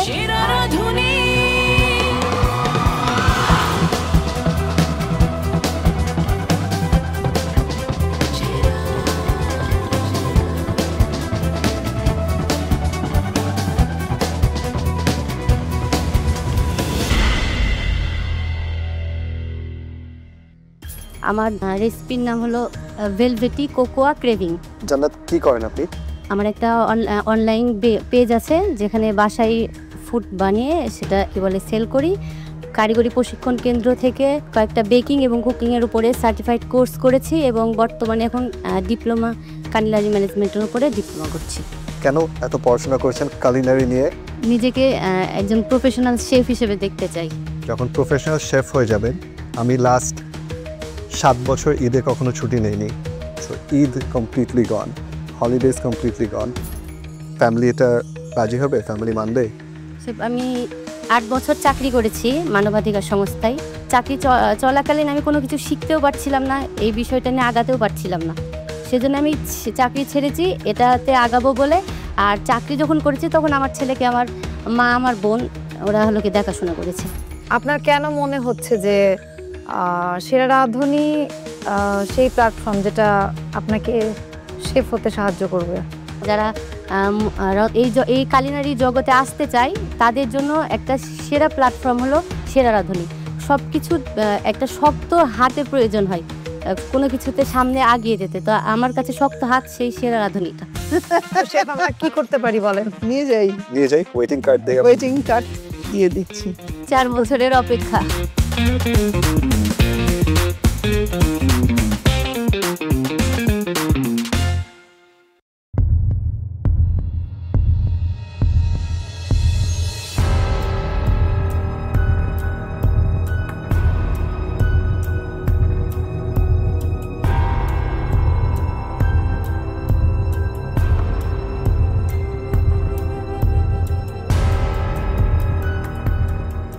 কি নাম তোমার?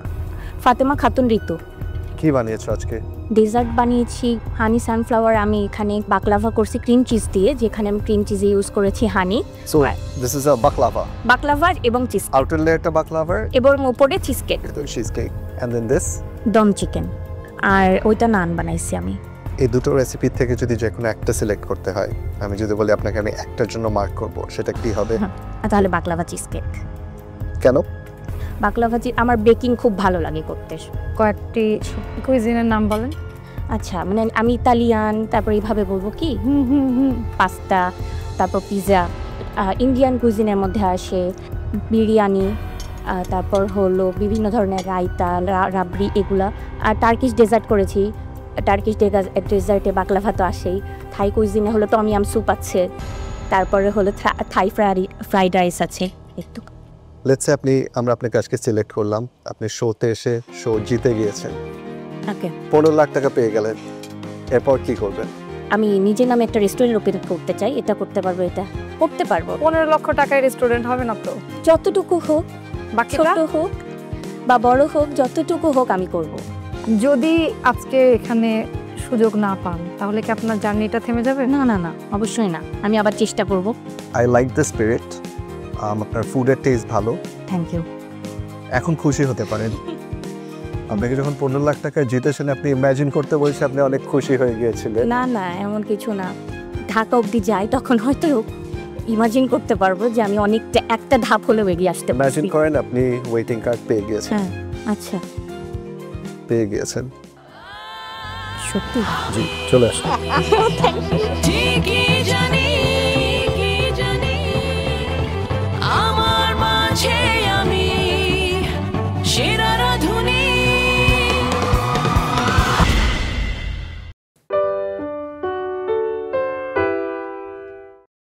Rồi bài cái độ buồn luôn mà sự là khỏe đấy, nhưng mà thầy xây bài ấy, chưa xây có Saza hả, có Rakan.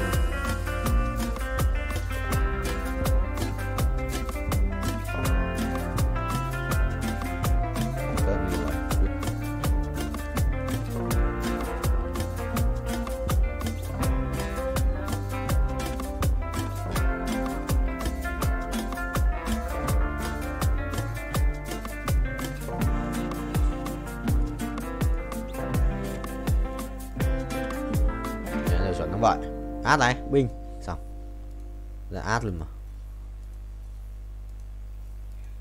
Sao có xin ra ấy, nhưng mà anh đéo dùng rồi.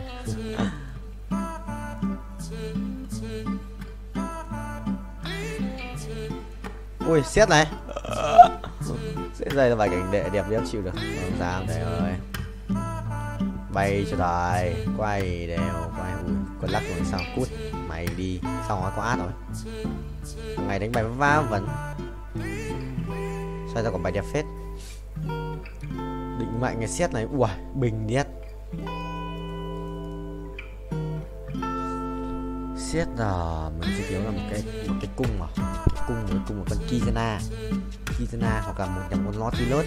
Lấy cái thú tượng để cho in nào. Phần cung không? Phần cung lấy đồ cho át trước khi thầy. Ui, rồi xong nhặt nhầm đồ. Ha ha. What the hell man. Nhặt nhầm đồ. Thế mà cũng đòi lái xe. Đùa tao à? Đùa tao không vậy. Thế mà cũng một cộng một ending trồn ngủ không? Trồn thầy không? Cinderella này cút, có một cút, dấu hiểu. Nhặt ngu đấy. Ngu đấy. Tới đây. Rồi xong. Sao có càng ngày đây? Thì vậy có ai mà để có cái thằng này đây nhỉ? Đúng rồi. À, mình muốn mà. Cút. Nè. Xong. Chịu rồi, nhặt nhầm đồ lúa tắc mình muốn máu nhỉ. Rồi xem đi.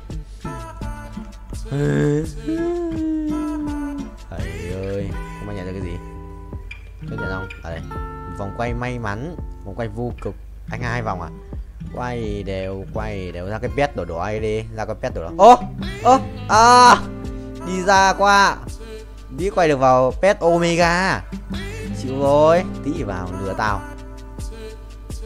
Đi qua mà chôn lại đi qua. Chôn tủ bố. Đi chôn tao, đi xin à? Đi xin chuẩn không vậy? Rồi xong. Bình. Xong, thắng. Không thắng. Suýt thắng. Quả phe bắn được phết nhưng mà suýt thắng thôi. Phải bay tốc độ cao ấy. Bay tốc độ cao luôn. Please কান্না করা যাবে না। Okay please Atika, আপনি একবার ভাবুন, মনির চতুর্থবারের মতো এসে বাদ পড়ছে। স্কোর কার্ড বলছে আপনি পেয়েছেন আউট অফ 30, 27.3 এন্ড কংগ্রাচুলেশনস, আপনি যাচ্ছেন আমাদের সঙ্গে ঢাকার গ্র্যান্ড অডিশনে। চলে আসুন। আমাদের মধ্যে দর্শক আজকে এমন একজন প্রতিযোগী রয়েছেন যিনি চতুর্থবারের মতো এসেছেন সেরা রাঁধুনির মহামঞ্চে নিজেকে মেলে ধরার জন্য, মনির হোসেন।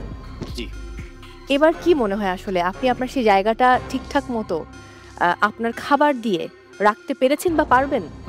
আমি আমার সর্বোচ্চ চেষ্টা করেছি। 1422 থেকে আপনি আসছেন টানা, এবার এনেছেন কি খাবার? দুইটা আইটেম এনেছিলাম, একটা ঝাল এবং একটা সুইট আইটেম। দেখা যাক আজকে স্কোর কি বলে। শাওন শেখ, আপনার পেছনে দাঁড়িয়ে রয়েছেন মনির, তিনি 4 বার এসেছেন, এবার দিয়ে আপনি দ্বিতীয়বারের মতো এসেছেন। আগেরবার কাঁচা কলার কোপ্তাকারি, এবার চিকেন কাশনেট সালাদ। কি মনে হচ্ছে দ্বিতীয়বার এসে এই একটা মাত্র আইটেম দিয়ে আপনি অ্যাপ্রনটা পেয়ে যাবেন? তারা প্রশংসা করেছে, তাদের ভালো লেগেছে, তো কনফিডেন্স লেভেল আছে, ইনশাআল্লাহ দেখা যাক কি হয়। স্কোর যেটা বলছে একটা অদ্ভুত ব্যাপার, মানে প্রথমত আপনার দুজনই আমাদের পুরুষ পার্টিসিপেন্ট, এটা একটা মিল। আরেকটা বড় মিল হচ্ছে স্কোর নম্বর বলছে আপনারা দুজন একই মার্ক পেয়েছেন, অর্থাৎ টাই হয়েছে আপনাদের, এবং সেই স্কোরটা হচ্ছে আউট অফ 30। বলেই ফেলি 24.9। আমি এখনই ফলাফলটা ঘোষণা করছি না, দেখা যাক কি হয়। রহিমা খাতুন, আপনি খুব দারুণ রেঁধেছেন, প্রথমবারের মতো এসেছেন এবং দারুণ ছিল আপনার রেসিপি। আপনার কি মনে হয় প্রথমবার এসেই আপনি সুযোগ পেয়ে যাবেন আমাদের ঢাকার গ্র্যান্ড অডিশনে যাবার বা এক ধাপ এগিয়ে যাওয়ার? মাইক্রোফোন। হ্যাঁ, ইনশাল্লাহ আমার 100% কনফিডেন্ট আমি আছি যে আমি যাব ইনশাল্লাহ। স্কোর বলছে তিনি পেয়েছেন আউট অফ 30, মাত্র 0.7 কম পেয়েছেন, আপনি পেয়েছেন 29.3 এন্ড কংগ্রাচুলেশনস, আপনি আজকে হাইস্ট স্কোর করেছেন এবং আপনি যাচ্ছেন আমাদের সঙ্গে ঢাকার গ্র্যান্ড অডিশনে। চলে আসুন। আমার মাঝে আমি সেরা রাঁধুনি। থ্যাংক ইউ রহিমা খাতুন, চলে আসুন আপনার জায়গায়। দর্শক, আমি এবারে চলে যাব জিনাতের কাছে। জিনাত হাসান এসেছেন দ্বিতীয়বারের মতো। জিনাত, সর্বশেষ আপনার ফুড টেস্ট করেছে আমাদের বিজ্ঞ বিচারকেরা আজকে, রাইট? সো কতটুকু কনফিডেন্ট আজকে আপনি? আমি গতবারের থেকে এবার 100%। 100%। অলরেডি দুজন কিন্তু 24.9 পেয়ে ওয়েট করছেন। আপনার স্কোরটা এদের মাঝামাঝি হবে নাকি 24.9 থেকে একটু কম হবে? আমার মনে হয় মাঝামাঝি হবে। মাঝামাঝি হবে। স্কোরটা বলছি না, আমি একটু পরে বলছি। আমি যাব আসমাউল হোসনা মিমের কাছে। মিম, সো আপনিও দ্বিতীয়বারের মতো এসেছেন জিনাতের মতো। এবার আপনার খাবার খেয়ে বিজ্ঞ বিচারকেরা প্রশংসা করেছেন, নিজেকে অনেক এগিয়ে নিয়েছেন আপনি আগের বারের তুলনায়, সেটাও বলেছেন। সো আপনার কি মনে হয় স্কোরটা আসলে কত নম্বরের মাঝামাঝিতে রয়েছে? মনে হচ্ছে এবার অ্যাপ্রন পেতেও পারি। একটা কিন্তু আছে না, এই যে সবাই আসলে অনেক ভালো করে, সো কিন্তু একটু মনে মনে থেকেই যায় টেনশন, যদি জেনেই যেতাম তাহলে তো হয়ে যেত। স্কোর যেটা বলছে জিনাত হাসান আপনি পেয়েছেন 27.6, কংগ্রাচুলেশনস। আসমাউল হোসনা আপনি একটু কম পেয়েছেন। সো জিনাত, আপনি পেয়ে যাচ্ছেন অ্যাপ্রন এবং আপনি আমাদের সঙ্গে যাচ্ছেন ঢাকার গ্র্যান্ড অডিশনে। কংগ্রাচুলেশনস। কংগ্রাচুলেশনস জিনাত, অনেক অনেক ভালোবাসা।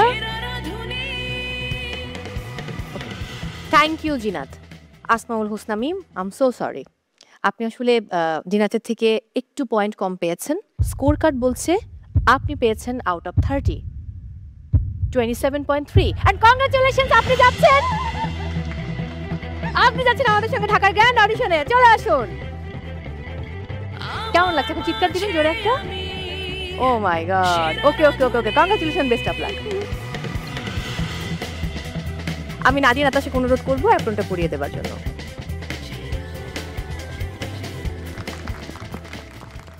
দর্শক, আমরা পেয়ে গেছি 3 প্রতিযোগীকে যারা পেয়েছেন অ্যাপ্রন, তারা চলে যাবেন আমাদের সঙ্গে ঢাকার গ্র্যান্ড অডিশনে। বাকি রয়েছেন এখনো 4 জন প্রতিযোগী। 4 জনের মধ্য থেকে 2 জনের মার্কস আমরা অলরেডি জানি, বাকি 2 জনের মার্কস কিন্তু আমরা এখনো জানি না। আমি চলে যাবো এই মুহূর্তে আতিকার কাছে। আতিকা, দর্শক আমি কথা বলার আগে আতিকার চোখ পানি দিয়ে ভর্তি, ছলছল করছে। কাঁদছেন কেন আতিকা? কারণ আমার মনে হচ্ছে আমি অ্যাপ্রন পাবো না, তাই আর কি। তাই মন খারাপ করতে হবে Atika? It's okay. It's okay, আমি এখনো ফলাফল বলিনি আতিকা। বাট আমার পাশে যিনি আছেন লোপাপু, উনি অনেক ক্রিয়েটিভ, সো আমার মনে হচ্ছে না আমি ওনাকে বিট করে একটা ভালো স্কোর আজকে করতে পেরেছি যে আমি অ্যাপ্রন পাবো। আর এটা আমার অনেক বড় একটা স্বপ্ন ছিল, so that's why maybe I am teary. Okay Atika, আপনি আজকে প্রথম ওয়েটিং কার্ডটা পেয়েছেন, রাইট? সো প্রথমবার এসেই আপনি যেতে পারবেন কি না সেটা আসলে আমি জানি না, সেটা স্কোর বলবে, বাট হতাশ হওয়া যাবে না। আমি দেখি স্কোর কি বলে। দর্শক, স্কোর বলছে আতিকা পেয়েছেন আউট অফ 30 26.9। কংগ্রাচুলেশনস।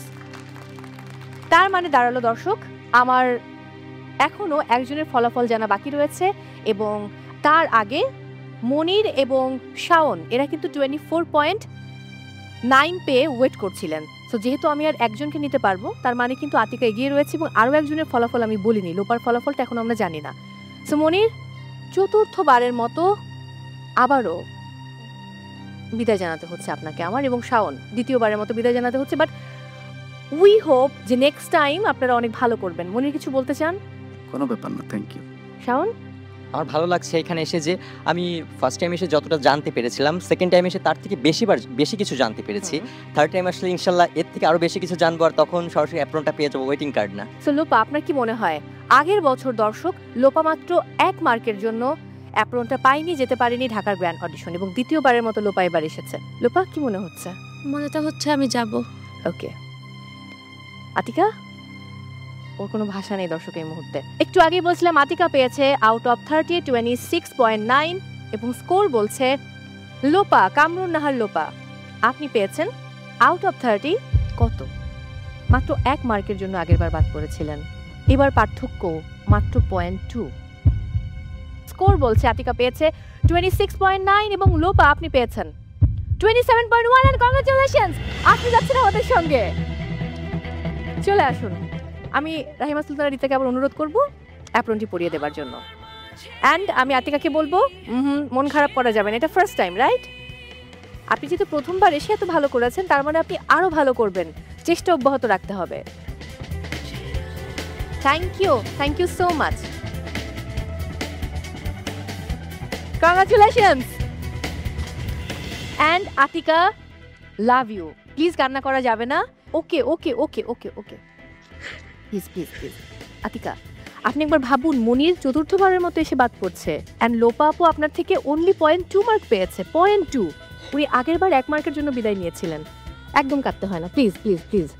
আপনি আরও ভালো করে ট্রাই করবেন, রাইট? দর্শক, আমরা পেয়ে গেছি খুলনা থেকে 4 জন প্রতিযোগীকে, যারা আমাদের সঙ্গে চলে যাবেন ঢাকার গ্র্যান্ড অডিশনে। আর হ্যাঁ, অবশ্যই বলতে হবে মাত্র 0.2 মার্কের জন্য আতিকা যেতে পারছেন না আমাদের সঙ্গে, এবং জীবন আসলেই অদ্ভুত, আর সেই অদ্ভুত জীবনটাকেই যাপন করতে হয় নিজের মতো করে, এবং স্বপ্ন দেখতে জানতে হয়, স্বপ্ন দেখা অব্যাহত রাখতে হয়। বিজ্ঞ 3 বিচারককে অনেক অনেক ধন্যবাদ আমাদের সঙ্গে থাকার জন্য। দর্শক, বিদায় নিচ্ছি খুলনা অডিশন থেকে, দেখা হচ্ছে অন্য কোনো অডিশনে।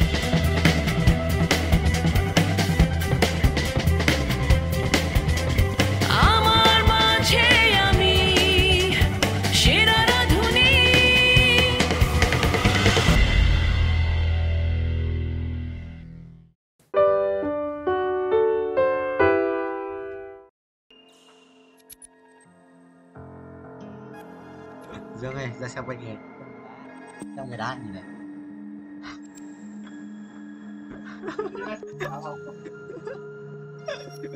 Nhớ hiểu. Chỉ là phút gì rồi.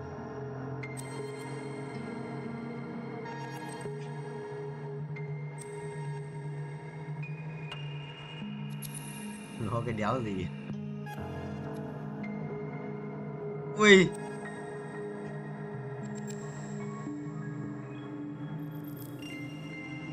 À, chị ba dạ.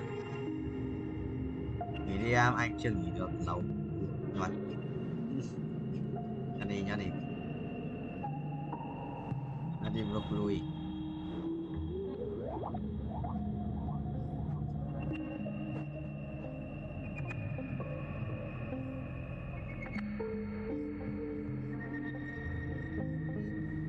À, cảnh vẽ đầu sĩ thật sự bản hắc ám. Ủa, ra thì sao tất cả trận đấu ấy, 7 trận đấu xong một đấu ạ.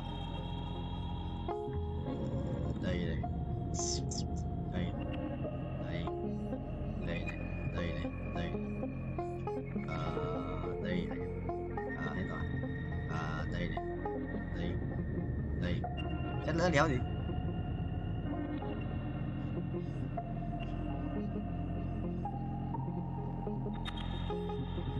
Gần à? Có Soka sử dụng binh như thế nhỉ? Soka thay cho Roblox quay này còn. Trong game này cái token dùng như Roblox quay, không có game này thôi. Nhưng mà đắt điên, mấy đồ gọi là đắt điên, tại vì mình kiếm được tiền này, mình kiếm được. Bây giờ máu với bố, đấy, rồi ôi đấm con CV2 như lợn. Trời ơi, quý. Tuấn silent cheat mình rồi. Bố xong đấu rồi. Bố xong đấu rồi, xong. Để giữ đi để con này trước này. Được lui rồi. Ok. Anh đi dàn cá để xong. Lên nhỉ? Nếu không là đéo gì ăn. Quần. Tối ăn xử lần ít đấy. Lúc chưa ngồi bóc cả một túi lạc báo cho anh bóng lỗ một tí, cả cái răng một đống lên.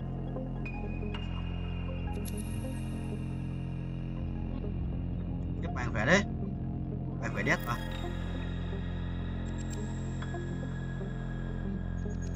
Rồi rồi, bao nhiêu tiếng rồi?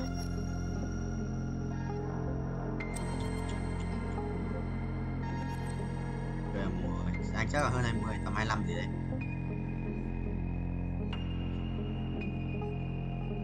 Quỷ đấy. 2 ngày.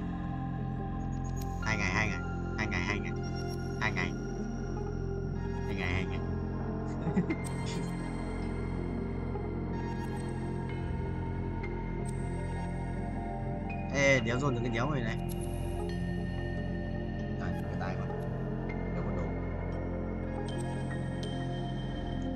Không không đi, lắp đồ tanh đi, rồi xong mình này là bút chòi đồng đấy, bút to đấy, to điết mà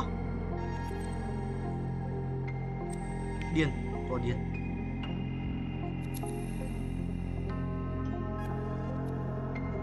Buồn lắm em ơi,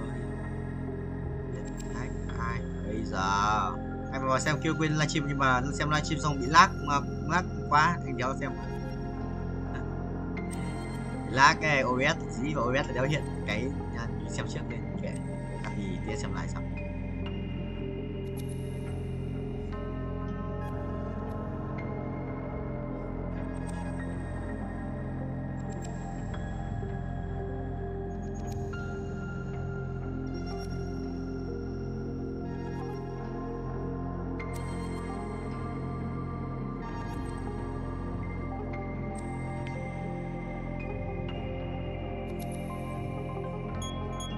Tưởng 2 vàng 2 sao à?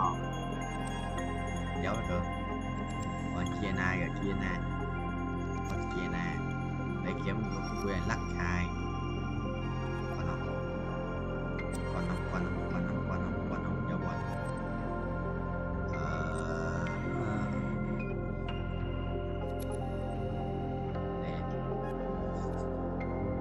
Đúng rồi, đột tanh nó lắp phụ lành của bố. Xin tính xong.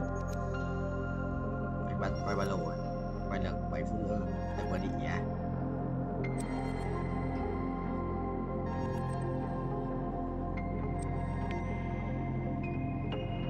Broccoli.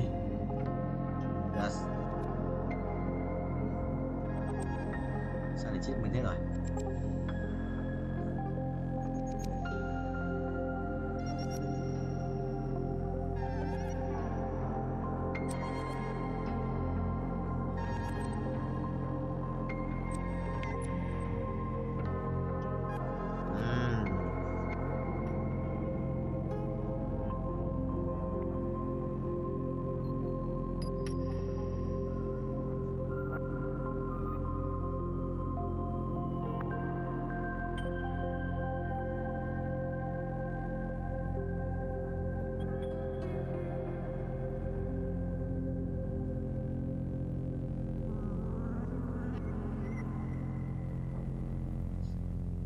Ác quỷ phi phai, sống dai thành huyền thoại. Chi chi buộc núp.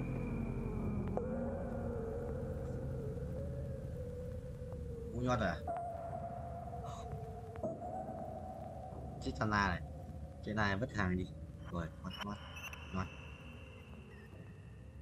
Chiếc Tana. Cha Tanit. Đây à? Vào đây.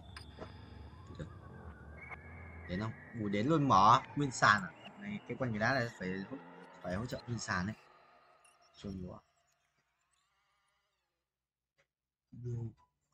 Đầu ca. Ơi. 5 phút nữa, làm có thể cũng nót. Thì quật rồi, đây rồi, 5 đồng nữa à. Làm qua đồng 30. 5 đồng nữa mà vẫn có 18 đồng một chút.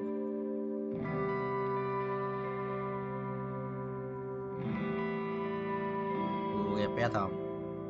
À rồi, mảnh đét.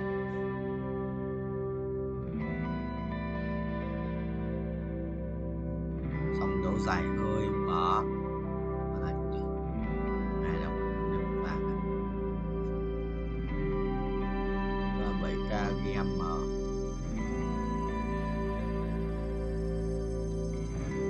Xếp bài của quý này, xếp bài tam giác. Tam giác là tác sang, tác là đánh sang.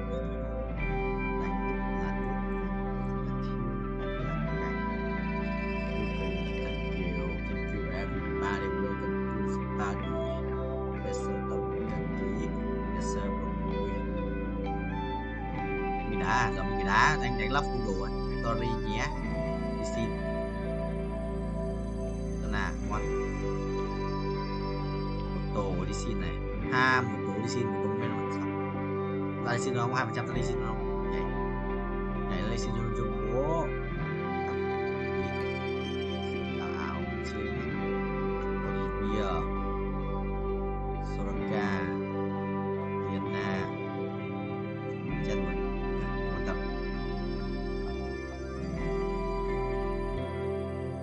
Đây cũng được rồi, lắp đây đi. Ở trên này đây đi. Rồi. Một vé số tông cả ký. 100 mai xịt phẩm lên ý. Hàng giờ hút không thể cúc. Cái này nhảy, cái này kia. Rồi có tay ra nội trong 3k đánh. Sơ block lùi 5700 007.